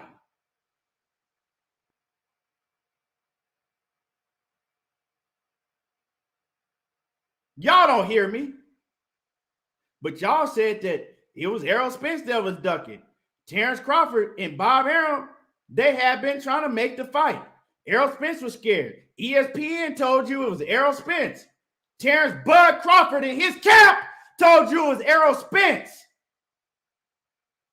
Bud Crawford lied and told y'all it was Errol Spence, but then turned in the press conference and said it was Bob Arum.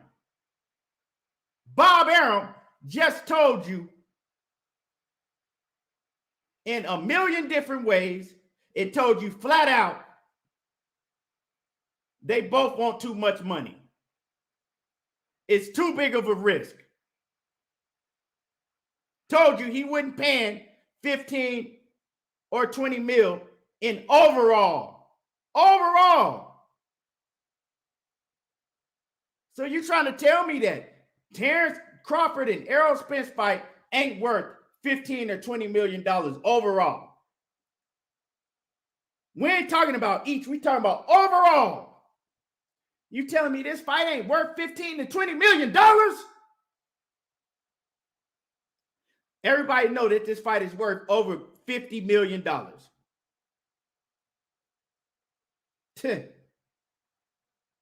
But you buckethead ass niggas will come on here all the time. Every time we talk about Errol Spence and Terence Crawford, and I don't give a damn who you think will win, right? They don't have nothing to do with nothing. It's one thing with breaking down the fight and saying, okay, well, I think Bud will win. I don't care. I don't got no problem with that. That's your opinion. But when you come and you run with narratives and Bo Mac fat ass, Terence Crawford do it, his whole camp do it, all these lying ass fans do it, I got a problem with that because now you telling flat out lies. Now I'm going to drop the link.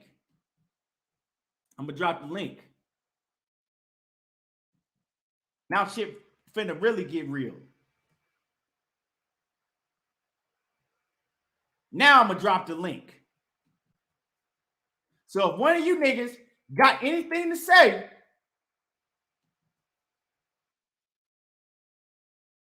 you better have your shit together if you grab one of these links.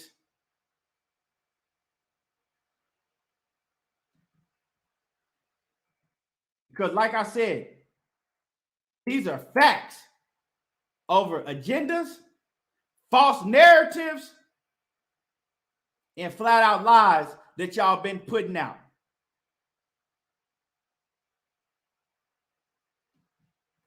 There you go. Links. Niggas got shit to say in the background all of the time.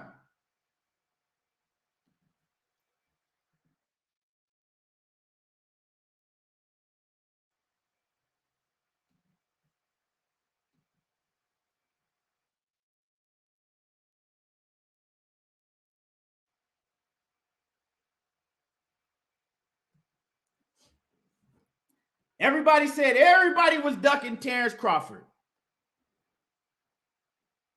Nobody was willing to fight Terence Crawford.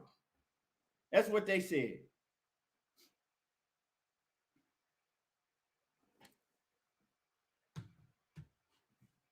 Terence Crawford is the boogeyman. Now, don't get me wrong. Terence Crawford is a hell of a fighter. Don't get me wrong. Ain't got nothing to do with Terence Crawford's skills. Ain't got nothing to do with none of that shit. This is about the lies that y'all been telling.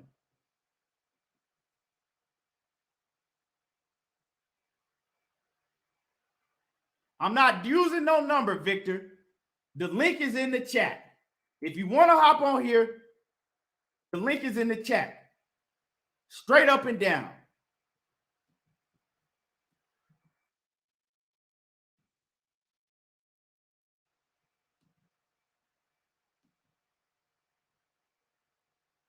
Well, I'm sick of you niggas coming in here all the time talking about, oh, Errol Spence is ducking and hiding. He's afraid of Terence Crawford and all this bullshit when you know it's a lie. Sick of you niggas coming in here doing that shit, right?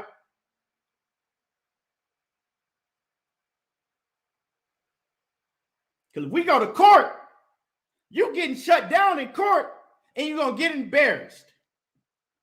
This ain't about who you like, who you don't like. It's not about who you think can win the fight or who you think can't win. That shit don't matter until they get in the ring or until they sign on dotted line and fight each other. So all of that shit that Errol Spence is ducking and afraid, nah, we ain't doing that shit no more. We're not gonna do that no more. So every time we talk about this, right? We got niggas with that have a million things to say in the comments. These dudes got a million things to say in the comments. Now I'm dropping links. I mean, these dudes, they want to get on here and cook every day. Every day I get on, niggas want to grab a link and cook, right? Niggas have a whole lot of shit to say in the comments, but now ain't nobody got nothing to say. And I'm telling everybody, if you got a wrench and you hear anybody, if you see anybody come in here and type in the comment section, Errol Spence is ducking, Errol Spence is scared, get him the fuck up out of here. Get him out of here. Don't ask no questions. Get them up out of here because they got a chance to grab a link and they got a chance to come on here, right? So if you see any of that shit, get them up out of here.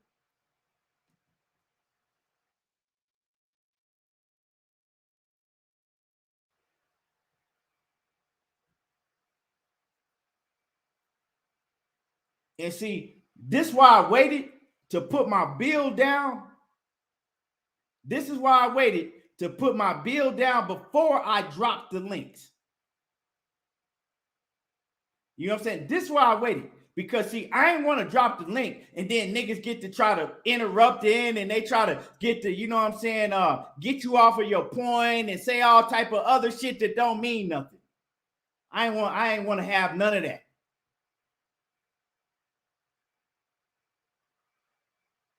I'm talking to my man Scotty White, and that's my guy. But Scotty be on some bullshit when he coming out here running with these narratives saying Errol Spence is scared and he afraid and he been ducking Bud since 2018. I'm talking to my man Drink More Water. That's my dude. But he on some bullshit when he be coming out here on these channels running with all of these narratives. And whoever else. If you feel some type of way, I'm talking to you. These are facts. It ain't about who you like and who you don't like. I could give a damn who you like, who you think is going to win, or who you going for. That shit don't fucking mean nothing to me. At the end of the day, they both got to get in the ring. At the end of the day, they both got to get in the ring and they got to fight each other. So to come out here saying either one of these men is scared of each other when you've seen what both of these men are capable of doing in the ring is some bullshit. For Terence Crawford and fat ass Bomac and Terence Crawford's whole camp to continue to do interviews and to try to play it like it's Errol Spence that's ducking him when he knows what goes on with the business with Top Rank and Bob Arum, when he know the truth, but he refused to tell you the truth. He want to, that's his way, and that's his way, and that's their way of promoting themselves. He want to promote himself off the name of Errol Spence to try to make like, well, everybody's scared of me, including Errol Spence. That's cool. If that's how you want to promote yourself, that's cool, right? That's cool. I think it's a weak-ass way of promoting yourself, right? I think it's a weak-ass way of promoting yourself. I don't like that shit. But if that's how you're going to promote yourself, that's cool.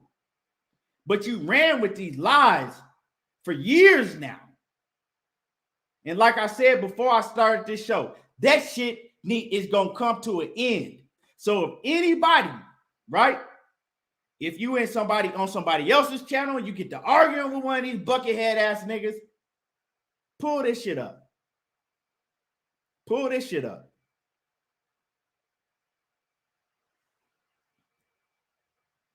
You know what I'm saying? Here goes some more links.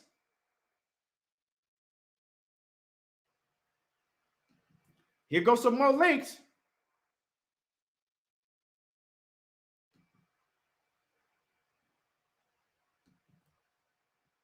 Like I said, it ain't gonna be none of that talking. It ain't gonna be none of that sneaky getting shit in the comments. Ain't none of that shit gonna go on. You getting the fuck up out of here tonight, tomorrow, tonight and tomorrow. Next week, the week after that, I don't want to hear nothing else about it.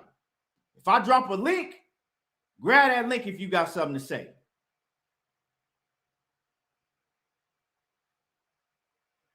You way late. You way late, knockout. Not today. You super late. You didn't miss the whole epic show today.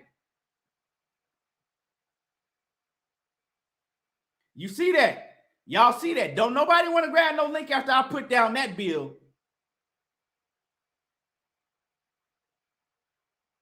You feel what I'm saying? Victor said, if I was Crawford, how would I secure the fight? Now, Crawford, right? Now Crawford is a free agent. Well, he's supposed to be a free agent, right? But actually, I'm hearing that he's signing with MTK Global, kind of like they're going to be his management advisor team. I don't know how that shit work, right? But if I'm Crawford, you supposed to stay a free agent, go over, holler at PBC, and try to get the deal done. You know, yeah, you got to do that. If I'm Crawford, you go over there, holler at PBC, and you try to get the deal done on your own. I mean, you can sign a one-fight deal if it's Errol Spence. If you want to fight Errol Spence and another PBC fighter, let's say, okay, we'll make you and Keith Thurman, and I'm just saying, we'll make you and Keith Thurman, and then you get past Keith Thurman, we'll make you and Errol Spence. You can go over there. You could do a 1 or 2 fight deal. If I'm Terence Crawford, I don't lock myself into no long-term contract with nobody. You dig what I'm saying? You see what you went through with Top Rank. If you really want to smoke, you don't lock yourself in a contract with nobody, whether it's MTK Global, fucking DAZN, or none of these, because you don't want to have no excuse for making the biggest fights that you can make.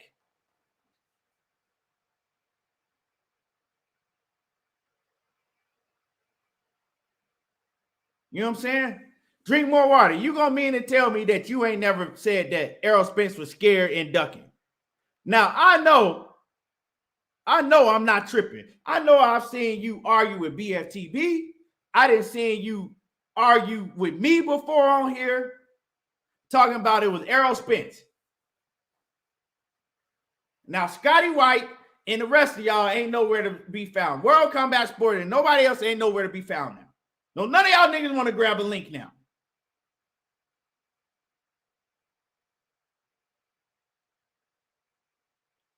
But so now I'm gonna tell y'all something else. So I'm gonna keep it 100, right?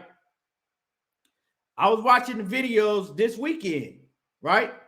And I seen Blue Blood, and I seen other people. I seen Blue Blood ask Errol Spence, you know, hey, the WBC is about to order, you know, or what do you think about the WBC ordering the fight between you and Terence Crawford? And Errol Spence said, I don't give a fuck. Right? Me personally, I didn't like his energy. I didn't like that Errol Spence didn't come out and say, hey, they need to order it. I want all that smoke. But, right? Ain't nobody backstage, bro. That's a lie. Ain't nobody backstage. Ain't nobody's backstage. Ain't nobody grabbed the link. I'm right here. Ain't nobody backstage on my show. But anyway, so I wasn't really feeling his energy. You know what I'm saying? I wasn't really feeling his energy. But I seen another interview, right? And he was like, and they asked him about it, and they asked him about fighting the winner, and he said, whoever it is, you know what I'm saying, I'm ready, right? So then it's crazy because this is a true story. My partner calls me on the phone, right? I'm talking to my partner called me, and he said, Key, and I didn't even know he went to the fight. On my kids, he called me. I didn't even know he went to the fight. He said, Key, he said, man, I went to that fight this weekend. I said, what, the Terence Crawford and Errol Spence fight? I mean, the Terence Crawford and Sean Porter fight? He said, yeah, I went to the fight this week. He's like, man, he said, Errol Spence sat in the seat directly behind me. He said, if you go look at the fight, he said, you'll see me sitting right in front of Errol Spence. I said, for real? He said, yeah, man. He said, man, I see why you fuck with EJ. He said, man, this is a Mexican dude. You know what I'm saying? He's a Mexican. And he said, man, I see why you, and he's never really been an Errol Spence fan like that. I'm gonna drop the link again. He's never been an Errol Spence fan like that, right? He more so like Terence Crawford and Sean Porter. He is a Sean Porter fan, but he liked Terence Crawford better. And he says, man, he said, man, Errol Spence he a cool ass dude, man. He said, he sat right in front of me. But he said, before that, I met Errol Spence. You know what I'm saying? He said, before that, I met him. He said, he actually flew out here by himself. And I guess he did. He met up with his homeboys. He said, we met at the Wolf Pub, right? if y'all know what the Wolf Pub is, it's a restaurant in the MGM. He said, yeah, he said he was in there eating by himself. He said he was in the wood. He said Errol Spence was in the Wolf Pub eating by himself. He said, and I walked up to him and he said, and I start, chopping it up with him. He said, dude was cool as hell.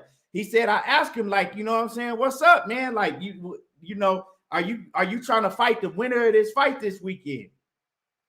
And he said, Errol Spence told him, he said, bro, he said, hell yeah. He said, you know what I'm saying? He said, it don't matter to me. He said, just know that I'm ready. He said, I'm ready to fight either one of them. And he said, oh, yeah, hell yeah. You know what I'm saying? He said, it don't matter to me. He said, just know I'm ready to fight either one of them. That's what Errol Spence told my partner in the restaurant in the MGM. When my partner started asking, and he said he was cool. He said, dude was cool. He said he was chilling, eating by himself. He said he was cool, right? Then he said it was crazy because he ended up sitting right in front of Errol Spence at the fight.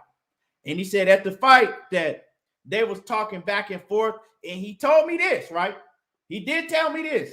He said that also he told me that when they was in the restaurant chopping it up, my man said he asked him about him fighting Sean Porter when him and Sean Porter fought. And I ain't gonna tell you what he said about that fight because, he said Errol said to him that, you know what, I really don't tell nobody this shit, but then they start talking, but I ain't gonna get into that because, you know what I'm saying, I don't know if he want that shit out like that, but he talked about the Sean Porter fight and himself, but he gave Sean Porter his props, right? So my man told me during the fight, he said him and Errol was talking back and forth, talking about the fight. And he said he could tell that Errol Spence was going for Sean Porter. He said after a while, after the fight was going on, he said he could kind of tell like Errol Spence was going for Sean Porter. Now, Errol Spence did pick Terence Crawford to win. He did pick Terence Crawford to win, but he said he could kind of tell that Errol Spence was going for Sean Porter. That's neither here nor there. Right? So, but my whole point is he was saying like how cool Errol Spence was. And I was like, I told you, I done met him on several different occasions and he cool. Now, another video, right? And this is reason why a lot of people fuck with Errol Spence that don't fuck with Terence Crawford, right? And it don't have nothing to do with them fighting, but it's because of their personalities.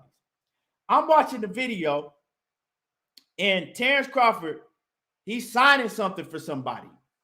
And they like, wow, this is rare for Terence Crawford to be signing anything because Terence Crawford never signs no memorabilia for nobody.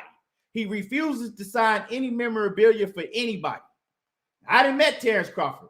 He's cool. He'll take a picture with you or something, but he won't speak to you. He'll give you a head nod or something like that, but he don't really speak. You know what I'm saying? Errol Spence is much different. He'll have a full-blown conversation with you, right? So now, listen to what I'm saying. They said Terence Crawford never signs memorabilia for nobody. Now, I watch another video, and I see Errol Spence stopping, talking to everybody, signing everybody's shit. Hey, Errol Spence, can you sign this? Can you sign that? And Errol Spence is stopping, talking to everybody and signing everybody's shit, right? So when people wonder why Errol Spence gets, more love, that's why. He's more down to earth.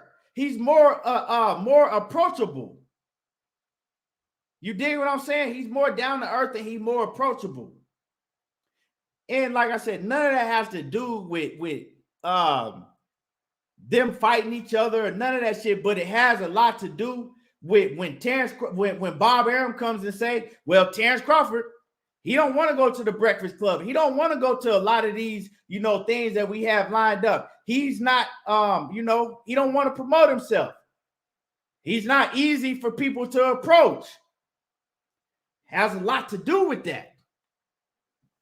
When you come to pay-per-view sales and people buying tickets to your fight, all that shit add up.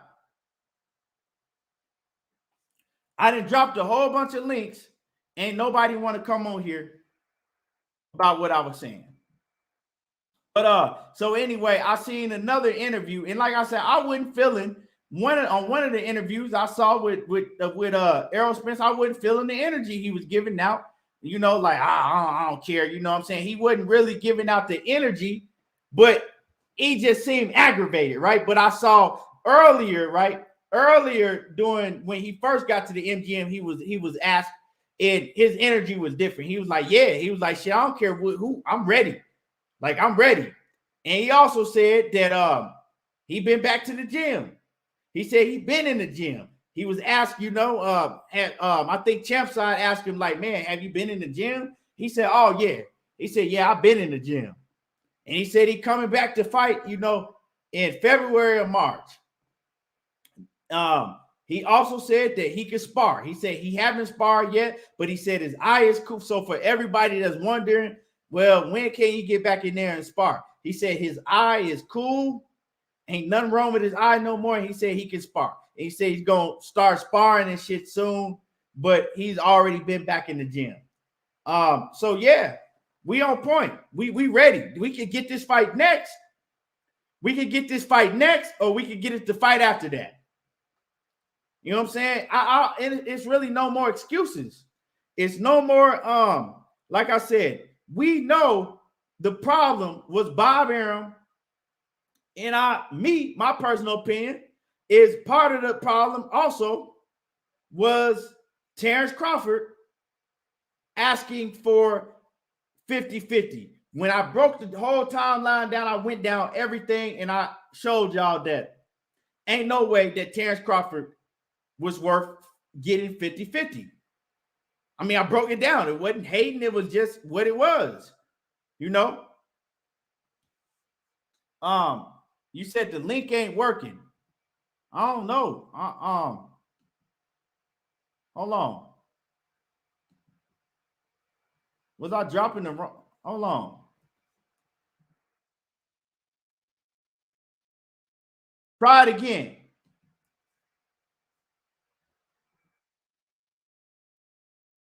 Try it again and let me know if it's working or not.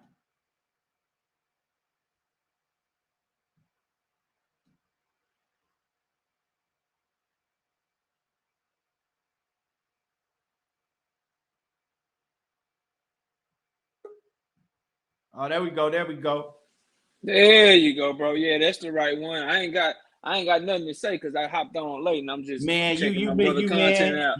Yeah, man. You gotta go back and watch it, man. I broke it down. I broke it down. I'm going back and checking it out. But drink more water. I saw you in the chat saying you was trying to get on. So this is the right link, bro. Hop on it and I'll let y'all get to it, Key. I'm gonna hop back in the chat, bro. I was just trying to let you know that link wasn't working because he was saying he was trying to get on, bro. Okay, salute. Make sure that you go back and catch this one, man. Bro, I'm gonna go watch the whole thing, bro. I didn't even know you was coming on, but I'm gonna go catch the whole thing. When you get off, I'm gonna go back and rewind that shit. But I'm gonna listen to you right now, though. Yes, sir. I'm gonna let Drink, you know what I'm saying, come in here. And the links is working now, and then I ain't gonna be too long. I'm gonna get up out of here. All right, bro. Go ahead. But salute to you, Knockout. And if y'all ain't sub to Knockout, y'all tripping. Sub to Knockout if you ain't sub to Knockout. Man, Knockout is a hell of a boxing mind and got a hell of a boxing channel, straight up and down. So my man Dwayne Freeman in the building too. Drink, what you got? You on mute, Drink.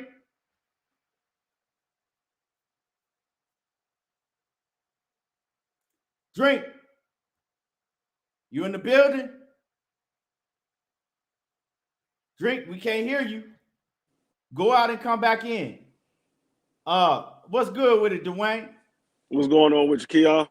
Oh man, you know, shit. Just I had to clear this shit up tonight, Dwayne. I had to clear this shit up. Cooking. Yeah, I hear you cooking. I just wanted to say, even after the fight was over, I saw Champside had interviewed EJ as he was leaving, and he said, are you going to fight Terence Crawford next? He was like, yeah. He said Terence Crawford got to take something, and so it's not like he said, is it going to be 60-40? He said he got to take something. So he didn't even say it had to be 60-40. He said he's got to take something. It don't matter what it is. That means you got to come to the table and offer something or take something that's been offered. Right. So I mean, everybody, all these people keep saying that EJ is ducking and all that. We been knew that EJ wasn't ducking. EJ hasn't ducked nobody. Everybody that wanted to fight him, he fought him. Check. Y'all hear me? Yeah, we can hear you. All right, cool. Go ahead. And the ones that say they want to fight him that ain't been getting to fight is because they don't want to fight him. Right. So, but I mean, I pretty much broke it down, and I showed everybody that any of these guys from the PBC side that people saying that was ducking Terence Crawford, it wasn't. None of those fights were possible to be made with Bob Arum. Now they ordered, right? They pretty much forced their hand when they ordered the Sean Porter fight because Sean Porter had been trying to fight him. And we seen that he was offering Sean Porter $1 million. Well, Sean, you didn't think he finna take that, but drink more water. What's happening with it? What up, Key? Hey, look, your ass was looking for a goddamn fight tonight, wasn't you? Man, shit. Y'all been on my boy Helmet for a long time. Boy, you wrapped my name up in some bullshit, bro. Look, man I done been on BFTB panel so many times. I done been on your panel a few times. I ain't never said Errol was ducking him, bro. I always knew that it was the fucking business. I was always saying it's the business, but y'all was just shitting on Bud. So I gotta step up and bring some order to this shit, man, because it was real lopsided. I fuck with EJ. I'm an EJ fan, bro. Hold on. How have I ever shitted on Bud? Listen, we talking about. I ain't talking about one person in particular. Every time I go into a chat, no matter what chat I go to, it is 100 motherfucking EJ fans and 2-3 Bud fans that's really speaking up. Bud got a lot of fans, bro. But now, one thing I can say is I always said that Bud, his resume was weak, right? And I stick to that, right? Get him up out of here. Get Roger Hernandez up out of here, right? I stick to that. I said his resume was weak. Now, he fought Sean Porter. We can't say that shit no more. Because my whole thing is that he still hadn't fought a top caliber welterweight, right? He did what he had to do at those other weight classes because, those weight classes were weak. When he fought at 140, it wasn't his fault. The weight class was some shit at that point in time, but he beat everybody he got in the ring with, stopped him, right? He went to 147. He hadn't fought a top level welterweight. And that was the only thing I said. I said that he a great fighter. He give you everything you want to see with the eye test, but he still ain't proven at 147 because he hadn't fought nobody yet. He went and fought Sean Porter.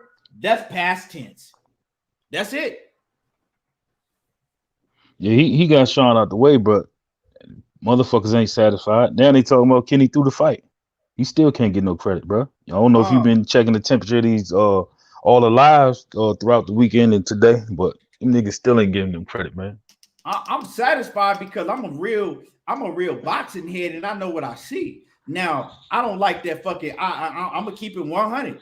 Kenny Porter was on some bullshit. Sean Porter wasn't hurt like that to be stopping the fight. Now, I also did see that I saw things that I wanted to see from Terence Crawford. I saw that Terence Crawford is sharp as attack.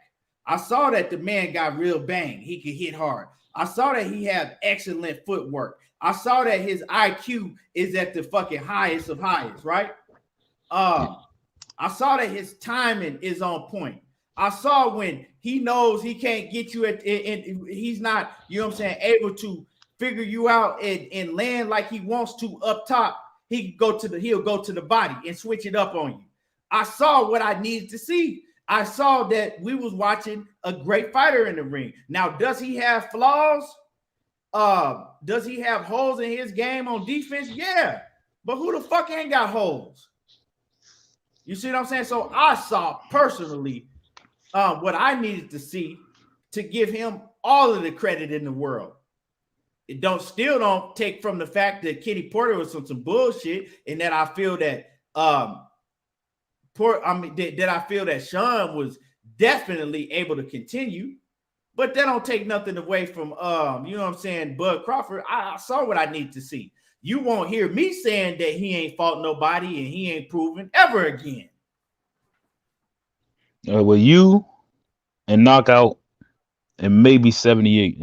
I ain't really get a chance to really listen to 78. I was doing other shit while I was listening to 78. But y'all the only ones who really gave that man credit. Everybody else going some, we got robbed of this and that. He was in on it. He was about to retire. All the bullshit to go along with it. Like I knew was gonna come. Everybody ain't gonna get that man credit because he been getting so much fucking hate over the years. So I knew it was gonna be something, man. Kenny definitely should allow that dude to go out on the shield, but that's his son, man. So it is what it is. But you said you seen this and seen that, or everything you needed to see, man. Bud, he is who I thought he was. That's what I expected. You remember when I was talking about 50-50 fight and all that shit? I was like, man, this ain't a 50-50 fight, bro. If Bud is who I think he is, this ain't a 50-50 fight. And I ain't expect him to knock him out. I didn't expect that, bro. But for him to get that knockout. 50-50 fight? You talking about Sean Porter and Bud? Yeah, I didn't believe that to be his 50-50 fight. I mean, regardless of what you believe, or because we probably got different. I had Sean Porter up. I had Sean Porter up 6 rounds to 3. Now, what I did see is probably like by like the 8th, probably like within the 8th, through the 8th round to the time Kenny stopped it. I saw Bud starting to turn it up. Then I saw in the 10th round, Bud came out and he hit a whole nother gear. The man wasn't tired, and his conditioning is on another level, and he was able to come out and hit a whole nother gear when they told him he was down on the scorecards, right? Mm-hmm. So I saw a different animal. Up to that point, it was a 50-50 fight. I had Sean Porter winning. I seen that, Sean Porter was doing some great things. Then Bud was doing some great things. So it was a 50-50 fight up until that point. Now, a lot of people say that, oh, well, we know what was going to happen. Kenny, no, we don't know that. Kenny Porter said that he knew that he was going to stop the fight before the fight happened. So what the fuck is all that? Like, you know what I'm saying? And I haven't been talking about that because I don't want to take nothing away from Bud because I know what I saw. I saw Bud turning it up.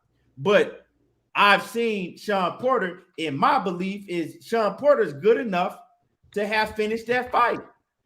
A lot of the mistakes that Sean Porter was making is because Bud Crawford turned it up. Bud Crawford was sharp and landing, and he was landing on Sean Porter clean. Sean Porter started getting frustrated, and he lost his fucking composure, and he wanted to come out there, and he got wild trying to get his lick back. Mm-hmm. If Sean Porter had a smart ring IQ, he wouldn't have never done that.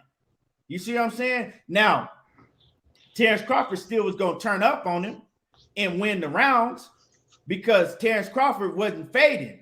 Sean Porter started fading, and he started getting hit more. Terence Crawford looked like he was getting, you know what I'm saying? He was as strong as he was in the fucking beginning of the fight. He wasn't fading. But I think that if Sean had a high IQ to which somebody that has a high IQ, if they lose their composure, they know, okay, let me catch myself. But he didn't do that. You know what I'm saying? He ran right back out there. And that was a big factor to me because he could have held. He could have said, okay, let me back up. Let me stop running in here fucking, you know what I'm saying, squared off and jumping in here trying to get my lick back on this man because he's timing me. That's all ring IQ. So, yeah, Bud made him frustrated and made him make those mistakes. But I think Sean IQ should have been better than that at the level he is, but go ahead. Yeah, I agree with everything you're saying, but that's a typical Bud fight, bro. When I say it wasn't 50-50, like at this level, you ain't just gonna get ran over in the first 3 or 4 rounds. That's pretty rare. So my official prediction was it was going to be a competitive fight that Bud won clearly on the cards. It was going to be competitive just because at that level it's a fucking competitive fight.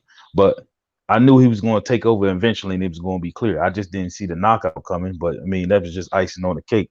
But for all the reasons you said, his ring IQ, Sean getting fighting wild. I didn't expect him to start fading so early though. That's what did surprise me. Sean is usually in great shape, man. He'd go 12 without getting tired. When I seen he started slowing down around 6 or 7, because I actually had Bud up 6-3 at the time of the stoppage, and I could go off the rounds with people because motherfuckers be like, "Oh, you tripping?" All right, whatever. But like you said, bro, the ring IQ, his ability to the place punches, his ability to switch, you know what I'm saying? And Sean, man, he ain't very accurate. All them wild ass fucking hooks he was throwing, I don't know what the fuck he was doing. When he started getting tagged, bro, I knew it was the beginning of the end. Kenny though, yeah, that was a suspect stoppage. But at the same time, I'm not gonna say he fixed the fight, man. That's his son. He ain't taking no money to throw the fight when his son is involved. I think it was just a situation where he knew he was going to get knocked out, and he didn't want to see him hurt bad because it was going to be a bad knockout. Because, like he said, he wasn't able to defend himself at that time. And I want to say this because a lot of people say what was going to happen. I don't know. You know what I'm saying? I don't know. Sean could have got his composure back. He was talking to himself because he said he was beating the mat, saying, "Man, why the fuck you know better than this? Like you running in here." You know what I'm saying? Letting this dude hit you clean and you being reckless and you know you shouldn't be doing that. So Sean, he could have got his composure and I know what I'm doing. Let me go out and let me change it up. We don't know what would have happened. But one thing I do want to say, and I hate bringing this up because when you bring this up, it also looks like that you taking credit away from what Bud Crawford did. And that's not what I'm doing. Because like I said, I seen everything I need to see from Bud Crawford. But I want to make it a point to what you said, Drink More. You said that you were surprised that Sean Porter faded, started fading and started slowing down in around about the 6th or 7th round, right? Mm-hmm. That you said that you were surprised. And you said that Sean Porter usually is on go mode from round 1 to 12. Well, Sean Porter said that also, right? But Kenny Porter said that this is what Kenny Porter said. So don't start that. Y'all don't start that. Oh, you hating on Bud and you ain't giving Bud no credit.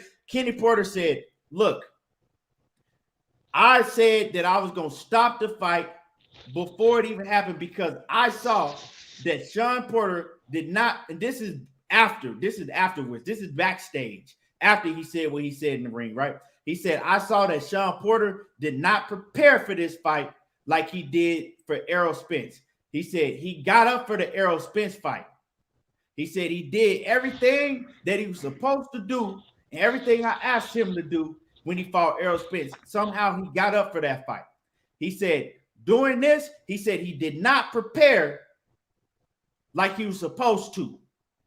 So I already knew what the outcome was going to be. This is what Kenny said. He already knew what I was going to do.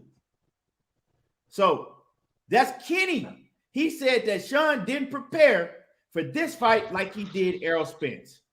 So now when you, like people like you, Drink Water, and other people say that they were surprised to see Sean Porter start fading when he usually is on go mode from 1 to 12, Kenny Porter said why that happened.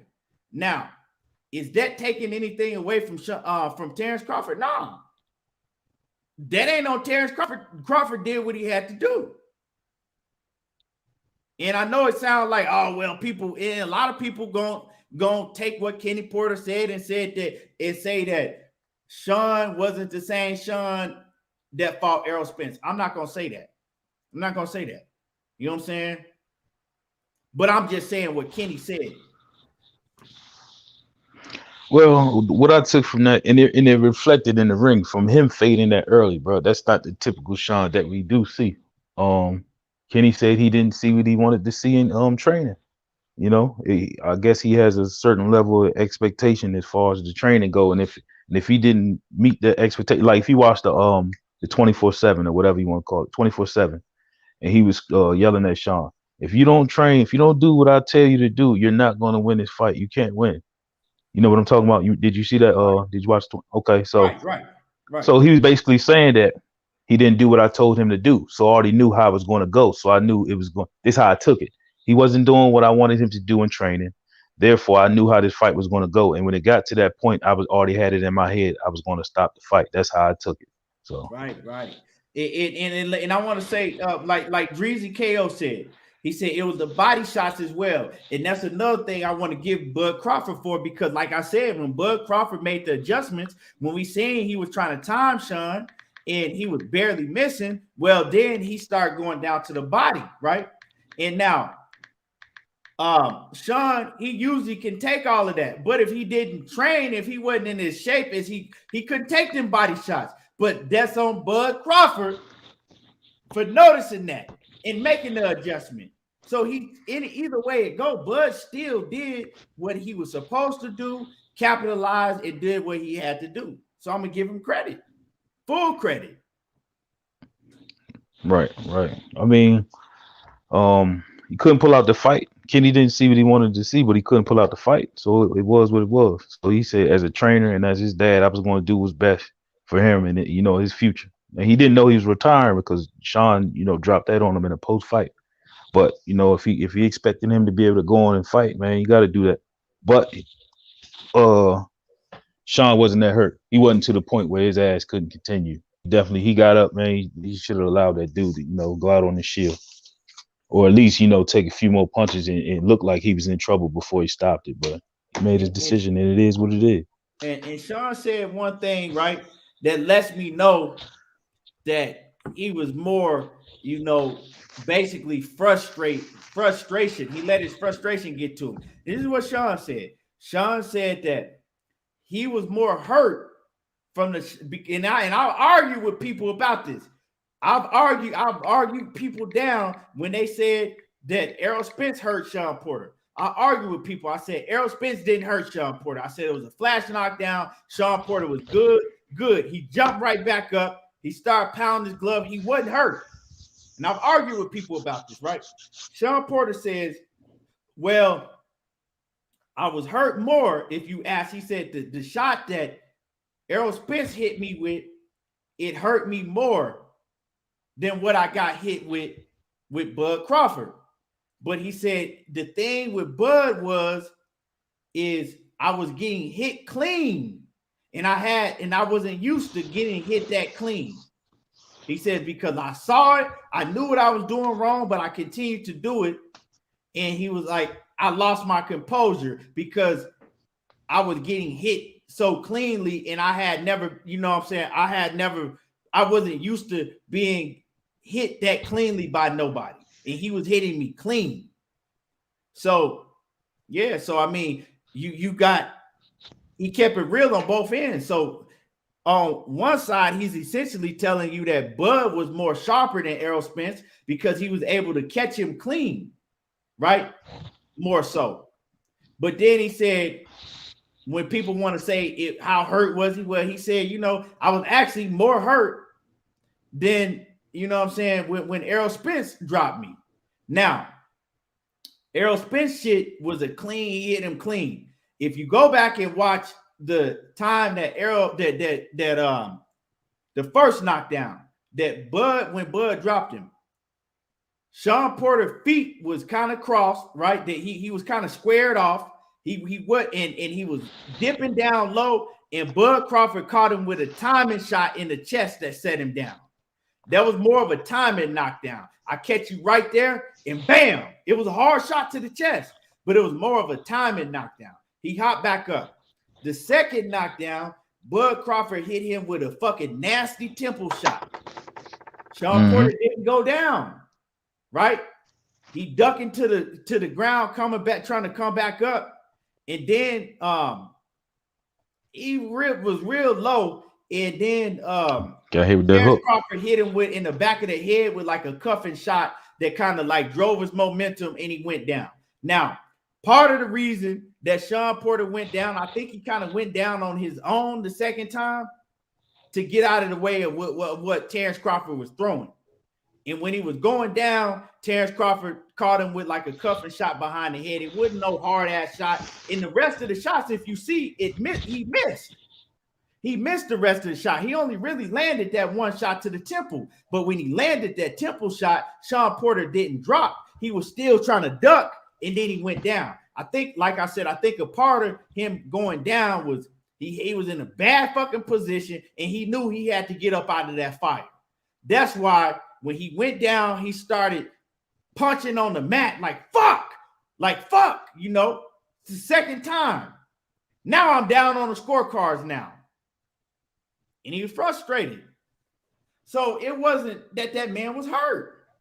And Kenny Porter, he told y'all, he knew what he was going to do from the jump. So, you know, shout out to Terence Crawford. I was pissed off that Kenny Porter stopped it because I don't think that fight should have been stopped. You can't, at a fight at that magnitude, at a high level like that. These guys are elite level at the highest level. You don't stop a fight like that. I don't disagree, but I will say Sean was definitely he was more affected by that punch than we realized, bro. I'm gonna put a link backstage because I ain't got no wrench. So I can't drop it in the chat, but see if you can click on it. It's a Twitter link. Okay. It's a Twitter link. Then you watch his reaction when he tumbling over as he trying to get up.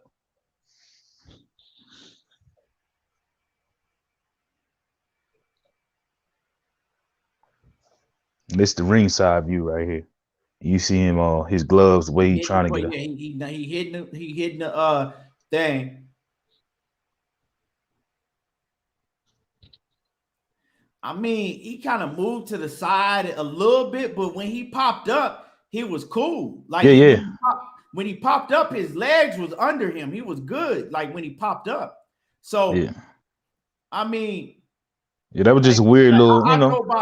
I pretty much go by like what his legs, like when you pop up, what do you show me? You know what I'm saying? What do you show me? Your legs, are your legs wobbly? Are you, you know what I'm saying, incoherent? And he really wasn't. But the thing is, I think that he was just like you said, he was just frustrated. Now, did he prepare to where he could, you know what I'm saying, where he wouldn't fade? Me and you seen the same thing. Like Sean Porter he started to fade. Why? Why is that? Hey man, only is that, you know. Could it be a combination of everything? Could be a lack of training, you know, lack of preparation. Could have been Bud, man. Who knows, bro? Yeah, well, it was part of it was Bud. Bud was going to the body. But usually Sean Porter is able to recover so fast, and we always talk about like, man, this motherfucker can recover so fast. You get hit with shots that'll damn near knock his whole head off by Keith Thurman and Danny Garcia, but he recovered just like that. Get hit with a shot that almost fucking knocked his neck off with Errol Spence, but he recovers like that. Now, you know what I'm saying? He was recovering, but he wasn't recovering like he usually do. And he started fading.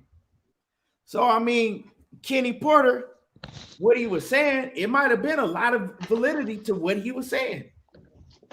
I mean, why would Kenny Porter come out and say that Sean Porter did not train and get up for this fight like he did for Errol Spence? He's looking at he's not doing what I'm telling him to do in the gym. He's looking up at the clock, seeing how much longer we got left in the gym. I'm arguing with him, and me and him getting into it because he don't want to do certain things. And I think like all of that shit takes away from Bud Crawford's victory, and I hate that shit because Sean, you know better than that. You begged for this fight. You was asking for this. Terence Crawford didn't even want the fight. And I'm not saying that Terence Crawford didn't want this fight because he was afraid of Sean. We obviously see that's some bullshit. You know what I'm saying? Terence Crawford didn't want this fight. For whatever reason, he didn't want the fight. And Sean Porter was begging for the fight. So why would you beg for a fight like this and then not prepare like you did against Keith Thurman and Errol Spence?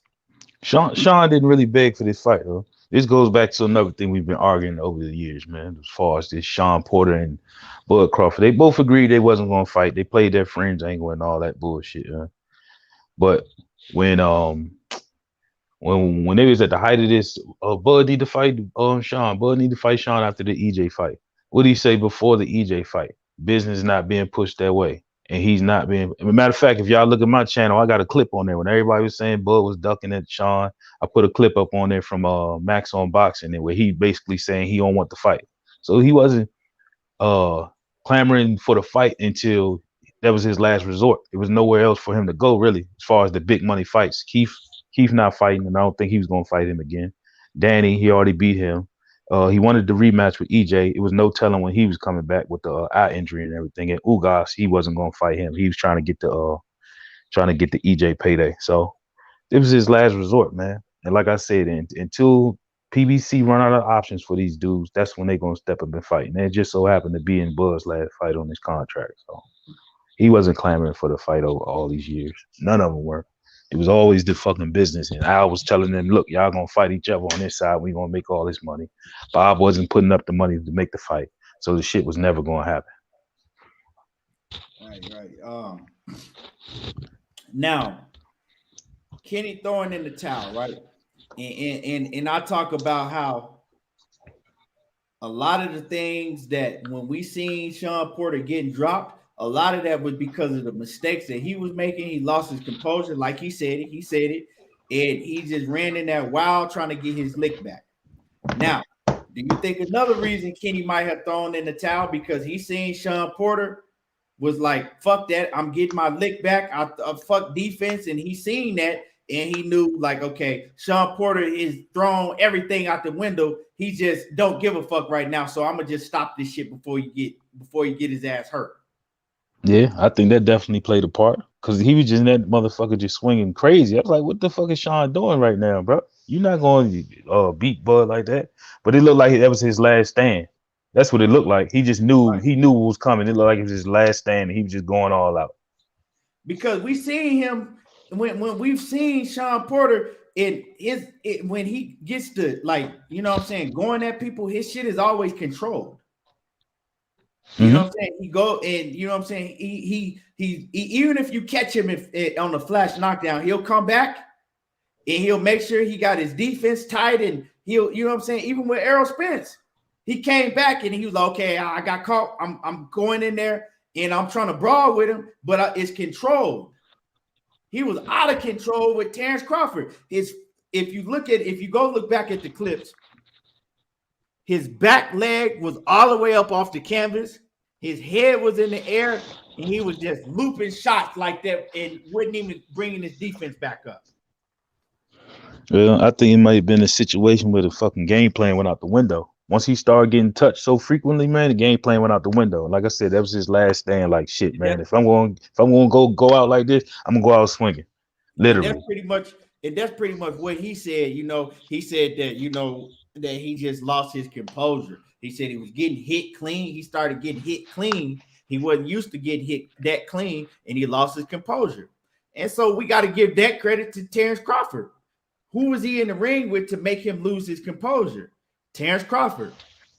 Yep. And like I said, that's why I said it ain't a 50-50 fight, man. Because at some point, the cream going to rise, bro. And I expected Bud to turn up on him. Like I said, I didn't expect a knockout, but I knew at some point it was going to be clear cut. I'm the better man, bro. So see, the last thing for me that I expected is for Sean Porter to, you know, lose his mind. You know what I'm saying? Basically, essentially what he did. For Sean Porter to fucking just throw everything out the window. And because Sean Porter, when you hear him talk and analyze boxing and break down boxing, you think that Sean Porter, okay, he's going to keep his composure no matter what. Sean Porter's going to be able to, you know, go to a plan B or C if he has to. But he showed that he don't have that in him. Or he don't have that in him no more. But, I mean, Kenny Porter said that he already knew that Sean Porter was going to retire. He said, now Sean Porter said he hadn't told Kenny Porter that he was going to announce his retirement after the fight. He hadn't told nobody, but Kenny said, I knew he was going to retire. I already knew. I could already see it. Right, because he was talking about his preparation or lack of preparation and just his approach, you know, to the game and, you know. So, yeah. And one thing that I said the other day, Drake, I said, when you fighting the fighter,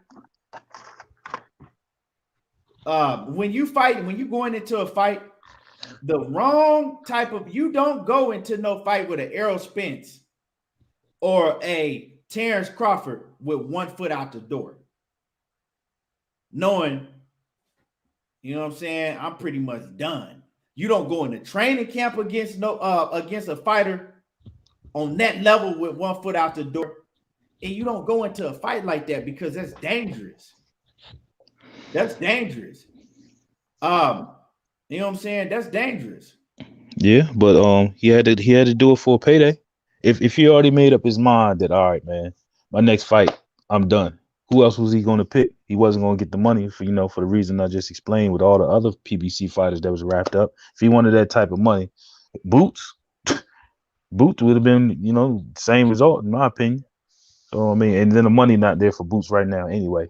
But in order for him to take a Boots fight, he would demand that type of payday and take that type of ass whooping. So Bud was the only option, really. Right.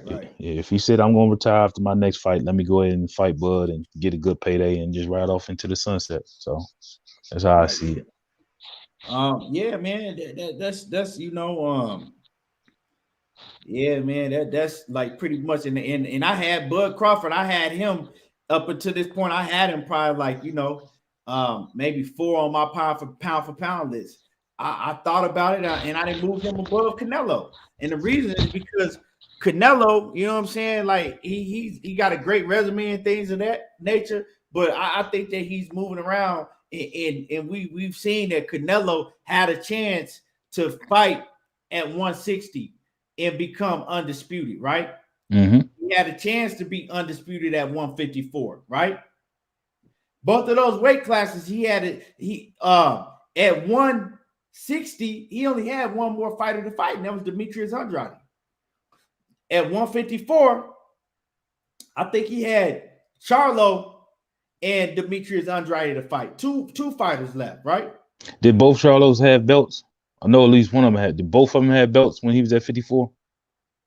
Because remember, they were all in the same division at that time. Yeah, I know at one point. Yeah, you'll have to go back and look. But the difference between Canelo and, regardless of what anybody thinks about this Bud Crawford. Before you get that, another reason I got him over Canelo is because Canelo is, like I said, what he did, right? And ever since he fought Floyd, Canelo's pretty much for a long time been able to move and fight whoever he wanted to fight, right? That's exactly what I was about to say. Like he could pick and choose whatever the fucking fight he wants. So ain't no excuse for him. Didn't have that luxury. Yep. So that's why I put Terence Crawford now over Canelo Alvarez because, but I got Canelo behind him. Then I got Errol Spence because of his resume. And then, whatever. But yeah, that's another thing I want to say is I moved Terence Crawford at the top of my pound for pound list. Like me, I don't hate on none of these fighters, man. I keep the same energy at the end of the day, But yeah, man, and I'm actually glad I don't have to come on here and talk about Terence Crawford's resume no more. Because that shit was I was getting sick of having to do that shit. Shit, who you telling, bro? I was getting tired of fucking jumping in the chat every day arguing about the shit. But there's no arguing about his resume. My whole thing was, man, who ducking who, Bud ducking these guys. The fights were never happening. It was both sides to blame. We already know. I don't know who the fuck was coming in here throwing on the cape for Bob Arum. We already know Bob Arum ain't shit. He told Floyd when he was trying to fight De La Hoya that he wasn't gonna get he wasn't worth $20 million. What happened when he fought Oscar De La Hoya? Ended up getting 25, something like that. So man, Bob Arum, man, he always gonna getting away them big ass fights if he's not the only one reaping the benefits. So it is what it is. I'm just glad. Hey, look, I'm glad that Bud left. Because a lot of motherfuckers was ready to put a foot on his neck if he re-signed, bro. I'm glad he left and he told his ass in front of his face, I'm leaving. Right. And a lot of people talk about Bud and Keith Thurman. Bud will beat the dog shit out of Keith Thurman. And I think that Bud will stop Keith Thurman and he might stop him with a body shot. Yep. Hey, look, but I like to see it. I like to see it. You know what? I wanted to see that fight at one point, but I ain't gonna lie to you, Drake. I don't even want to see that fight no more. Like, to me, at this point in time, that's a mismatched fight. That's Hulk Hogan against motherfucking Brooklyn Brawler. Like the type of shit I was like, I don't want to see that shit. I mean, they two names, but to me, that's a mismatched fight. Bud is gonna walk through. Bud has too much dog for Keith Thurman. He don't like it to the body. He don't like it to the body at He all. don't like it to the body. He probably gonna stop him to the body. Bud is gonna turn off. Like it's just that's not a Keith Thurman right now. One thing about Bud and Keith that they do the same. They both have similar defensive flaws. They both go straight back with their hands out. I don't like that about neither one of them. But see, Bud is able to get away with it because he has fast feet and he has excellent footwork. So he's able to do it, and he can do it to an angle and turn, and he's quick. Keith Thurman don't have that. So he can't get away with that shit. And Bud footwork was on point, bro. He's gonna time him and he's gonna stop him. Yeah, I don't disagree, but the reason why I say I like this, because I don't know if EJ gonna take a tune-up or if he's gonna get right to the fight. If EJ take a tune-up, then go ahead, feed Danny Garcia. If he do a 2-fight deal, give him Danny Garcia or Keith Thurman. And if he go out there and stop one of them, 154. okay, all right. So Keith Thurman, he looking for a money fight, right? Al, do what you got to do. Give him whatever you want. Got to give him to get him in the ring. Bud gonna go in there and whoop his ass, and guess what that's gonna do? Gonna make the EJ fight even bigger. That's 2 names under his belt, so it's gonna make the fight bigger. Depending on what these sanctioning bodies do, EJ might end up fighting a huge mega fight against Virgil Ortiz. Virgil, I don't think they're gonna happen. You talking about straight away when he come back? Well, yeah, they talking about that's one of the fights that they talking about. Virgil Ortiz might become his mandatory for that WBC scrap. If they don't make Bud Crawford his mandatory, they might do Virgil Ortiz. Because the IBF, that's some bullshit. The Errol Spence don't want to fight whoever the mandatory is because those are not no names. You know what I'm saying? So they might do a Virgil Ortiz. That's a hell of a fight. I think Virgil Ortiz will give EJ some problems coming off a long layoff like that. But I think EJ essentially stopped Virgil. Yeah, I don't see it with Virgil, bro. Virgil good and everything, but he can't fuck with them boys at that level. No, Dude to fuck him up, Bud to fuck him up, EJ will fuck him up, bro. Yeah, because his defense, he gonna get stopped. Now he's dangerous offensively. Even Eagles came and said, he was like, man, your jab is a lot better than Bud's and you hit harder. He's dangerous offensively. You got to give it to Virgil Ortiz. He's dangerous, but his defense, and he has slow feet and he got defensive flaws. And he can't go in there against Bud Crawford or EJ with the flaws that he had because he's gonna get stopped. But it will be an exciting fight. You know what I'm saying? And one thing I do got to say about Virgil Ortiz, the kid got a lot of heart. He got a lot of heart. And you know what I'm saying? That'll be his downfall because we talking about somebody going out on their shield. He gonna go out on his shield. Oh, yeah, for sure. He gonna go out on his shield. But that's a good fight. I like that fight, especially EJ coming back, after shit. The man only fought twice in the past 4 years or something like that. Yeah, something like that. But I think it's gonna come down to what he want to do because I don't see him giving up the belt. So if they mandated, say, hey, you got to fight this, and they gonna do some bullshit and get in the way of the fight, he gonna fight him. All right, cool. I'm cool with that. Take your tune up, and that'll be a big fight with Verge. Terence Crawford, you do a pay-per-view with Keith Thurman, and then after that, man, y'all get it on, bro. What about? I mean, shit. Check. I mean, I don't like Terence Crawford and Keith Thurman. But Keith Thurman and Errol Spence. We know that Errol Spence fucking him up, but I like that fight better. You know why? Because it's a better storyline, and it's better when you go to the betting odds because you're like, well, shit. Errol Spence been out with injuries for a long time. Keith Thurman been out with injuries. Put them in the ring together right now. Now Keith Thurman talking about, he'll be ready for Terence Crawford in 8 months because Terence Crawford active. Of course, Keith Thurman, he got to get back on this shit. Well, then now is when they need to be pressing the Errol Spence fight with Keith Thurman because they like, hey, both of y'all been inactive. It ain't no 8 months. He ain't screaming. He ain't screaming 8 months. You should be neither. Let's make this fight happen now. Both of y'all have been inactive. Yeah, but EJ, I don't think he's gonna fight Keith. He don't want to give him that payday. He don't fuck with Keith at all. He said he never fighting him. So I don't see that happening. It'd be cool. Yeah, I'm like, I don't oppose that fight as a comeback fight, but I don't think it's gonna happen. but I'm saying like let's be real, and I agree with you, but on Errol Spence's part, why not? Because it's like both of y'all been inactive, right?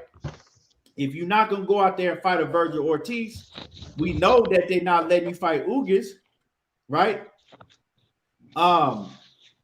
Yeah, the Terence Crawford fight time is now, but is that fight really being made when both of these fighters are at their best? That's what I was saying, man. I want to see EJ get do you a want to tune see up, bro. Errol Spence and Terence Crawford go out there when Errol Spence then had one fight in the past 3 years? Yeah, I just said in Ricky Williams. I was in his chat before you came on, and Right. I said I would like to get the best version of EJ, bro. So if that means he got to go take a tune up and we get to fight in the summer, man, I'm cool with that. Because he said he coming back in February, right?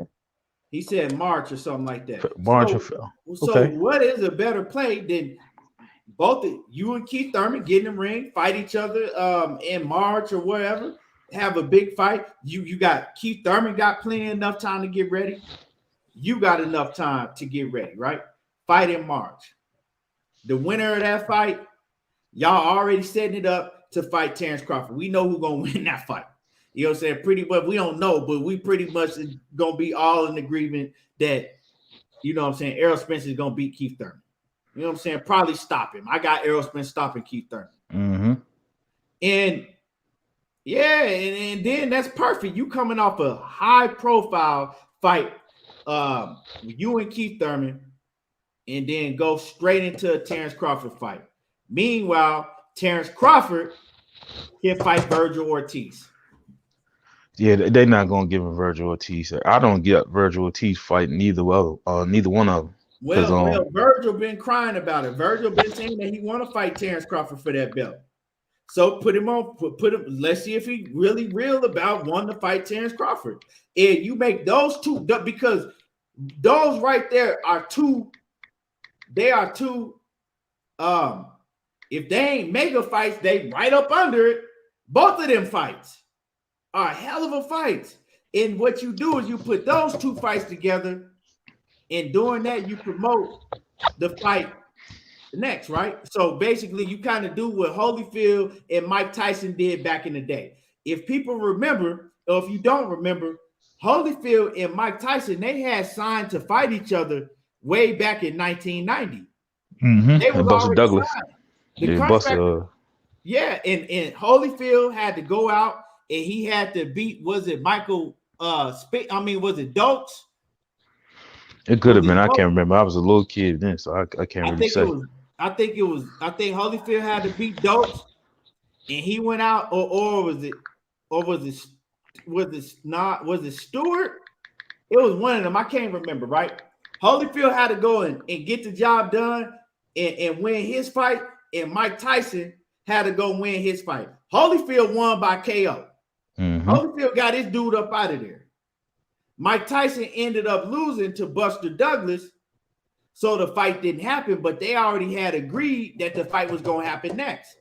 Do the same thing with Terence Crawford and Errol Spence, right? Have them already agree.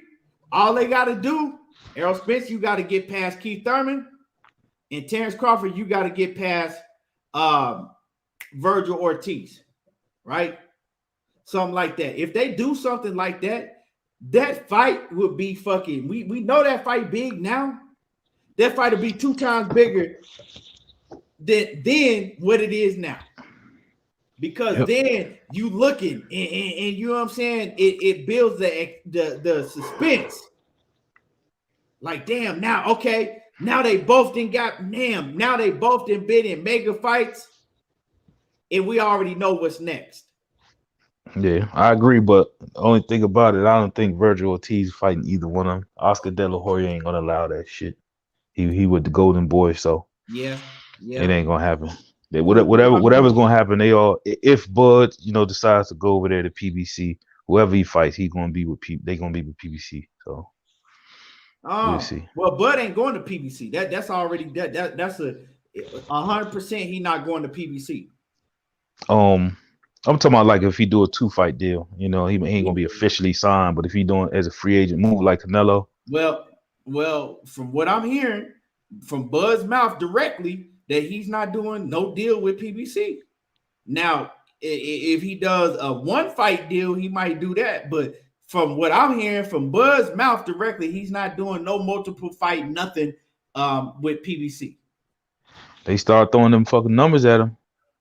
Shit, when they gave Canelo 40 million, his ass fell in line real quick, didn't he? Well, I was listening to Blue Blood, and like I said, I don't know, but Blue Blood said that it's already basically signed and sealed that he going with MTK Global.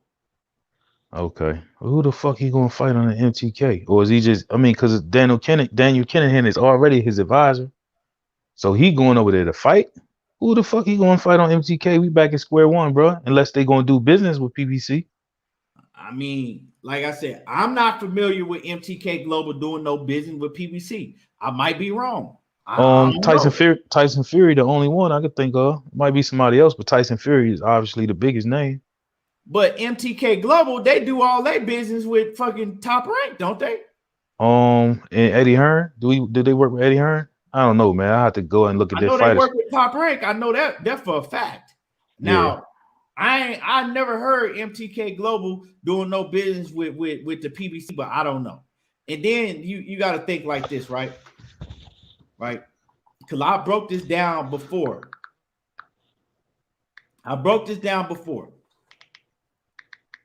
Al Heyman might feel some type of way, right? Now, let me go back to this point, right? And this is a fact. I know from behind the scenes information that Kenny Porter and Sean Porter, they went against, right? They weren't supposed to take this fight with Terence Crawford. Let y'all know this. Kenny Porter and Sean Porter was advised by Al Heyman not to do business like this. Look, I already know. I know that shit. Yeah, I've been saying it. Because, and the reason why is because that Al Heyman knew that that Terence Crawford was becoming a free agent after this fight, right? So he told Kenny and Sean that he pretty much he ain't have his backing to go and fight Bud over there on Top Rank, right? He didn't have his backing. Sean Porter, so I don't know what happened, but I guess that Kenny and Sean, they insisted on doing it. They insisted on doing it kind of against the will of what Al Heyman was telling them. Right. So now when you go back to when you go back to thinking, why did Sean retire like that? I mean, if like I said, if he already had it in his mind, this is my last fight. I mean, who else he was going to get $4 million with? And like I said, if he already, so that lets us know that he already had it in his mind that he would retire. That's why he said he was retiring no matter what. Because you go against Al Heyman, what he gonna do next? He finna shelf your fucking ass. Yeah. Right? Yep. He's finna shelf you. So he's like, fuck it. I don't really care. I know this is my last fight. Now we get into something. I know this is my last fight anyway, right? And these are facts. He went against Al Heyman's wishes and went over there to Top Rank. They made it. They WBO mandated. He went over there to Top Rank and you know what I'm saying? They got the deal done. Whatever. Okay. Now, with that being said, Al Heyman didn't want him to do that because Al Heyman knew that, okay, well, if we're going to make this fight, we can make it to where we could get all of the money on PBC because Bud Crawford is becoming a free agent. Yeah, I thought that was always the play. That's why, like, once he leaves, they're going to make the fight. Right. So if Bud Crawford is becoming a free agent, shit, if he wants to fight, he can come over here and do business with us. Now, Crawford, he knew that. You dig what I'm saying? Crawford knew that. And I've talked about this before. Crawford knew what the play was. He knew what he was going to have to do to get those big fights. Like I said in my video, Crawford and Andre Berto sat down. And Andre Berto told Terence Crawford, Andre Berto told Terence Crawford, look, you know what I'm saying? This is how we do business. This is how Al does business over. You know what I'm saying? So basically, if you want the big fights, you're going to have to come over here and do business with Al. That's how he do business. So Bud already knew that. Now, when Bud found that out and he knew that and he know how they do business, Bud took offense to that, saying that Al Heyman was trying to basically, you know what I'm saying, punk him into fucking signing with them. And he said he wasn't going to do no business with Al Heyman. This is shit that I'm telling y'all, I'm hearing this from somebody that's very, very close to Bud Crawford that told me this shit on their own. They said Bud feels some type of way towards Al Heyman and he not signing with them. He ain't doing no business with them, right? He not gonna sign no 2 or 3 fight deal with them. I don't give a fuck what if it's 1 fight, 2 fight, as long as we get the fight. But if that's how he thinking, man, I don't even know why he talking about the EJ fight. Shit ain't gonna happen if that's the case. So now, if you heard, now this is one person that actually talks to Bud Crawford all of the time. They close. Now, to back that up, if you seen Tay Jones, he just did a show last week, and he said he talked to Bud Crawford. And he said, so are you going to go do business with Al Heyman on the PBC? And Bud Crawford says, absolutely not. So now we hearing that he's signing with MTK Global. Hey, dog, pull up their roster, bro. It's nobody on that motherfucking roster. Other than I know Tyson Fury, I know JoJo Diaz, and there might have been 1 or 2 other motherfuckers I know. Everybody else is UK-based fighters, man, or European fighters, man. That shit is ridiculous. Right. So my thing is, right, when I just broke, and these are facts. I ain't even talk about none of this shit, right? But these are facts. Now, my thing is like, how is Bud Crawford going to secure the fight? Now, I don't know. Like I said, if he going with MTK Global, maybe MTK Global do business behind the scenes with Al Heyman and you know them. But what if Al Heyman says, fuck that, we still ain't doing no business with you because you had a chance to come and do some business with us and you didn't want to do no business with us. If I know this information, right? If I know this information, you don't think that Al Heyman know how Bud Crawford feel about him? See, and this is a problem. I don't know. I mean, we just speculate right now, bro. I ain't gonna put too much energy into that because PBC did just put out the Bud versus Spence fight poster and all that shit, trying to get the hype going. EJ retweeted it, so I don't know, man. I say let this process play out before we start doing that shit, man. Right. But see, I'm pointing it out because it's essentially could come down to we got the same problem again. Now, I think it still is a lot easier than making the fight when, you know what I'm saying, now than being with Top Rank, because like I showed y'all that motherfucking Bob Arum had no intentions on making this fight and still don't, even if Bud had to stay with him. Mm-hmm. So, you know what I'm saying? I don't know. But I guess we just gotta wait and see, you know. We gotta wait and see. But I just think that Bud should have just stayed a free agent and kind of, you know, moved around like Mikey Garcia did. But what did Mikey Garcia do? He got Al Heyman, and I don't know what type of he never signed with the PBC, but he did have Al Heyman advising him on a couple fights. Then he went to Eddie Hearn, so he should have just. People got to learn from Mikey Garcia. You know what I'm saying? People got to learn how to do business from and watching Mikey Garcia. Mikey Garcia made it to where he could move and do business with anybody he wanted to, and he was getting paid top dollar too. Right. I mean, but again, you know, I was still early in the process, man. So far, so good as far as his moves, man. He fought Sean Porter, and he left Top Rank. That's what the fuck we wanted. So we see what happened after this. Yeah, we're gonna see, man. But we've been on here. I've been on here cooking for 3 hours, man. Let me and salute to everybody. Hit the like button if you ain't smashed the like button, man. Let me get your last words and tell everybody where to find you at. All right, Keon, man. Appreciate you having me on, bro. But don't confuse me with these dudes talking that crazy shit, man. For the record, I gotta say this shit for the millionth time. I'm a Errol Spence Jr. fan. Y'all made me the biggest Bud fan, bro. I'm having to step in here and say, nah, bro, that shit don't sound right. He's not ducking him. The business getting in the way. So, I want to see the fight, bro. I'm a fan of both of them. I'm picking Bud in the fight, man. I ain't gonna backtrack off that, man. But hopefully we get the fight next year, man. We see what happened with Bud, man, and see what he do, man. But I'll catch you on the next one. And let everybody know where to find you at.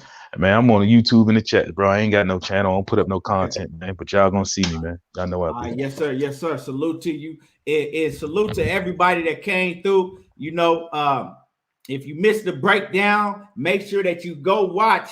You know what I'm saying? You go watch the breakdown. And yeah, I mean, it shouldn't be if y'all watch this show tonight, it should be nobody else coming in nobody's chat unless you just a pure fucking troll saying that Errol Spence is afraid and he been ducking Terence Crawford since 2018, right? We shouldn't hear that no more.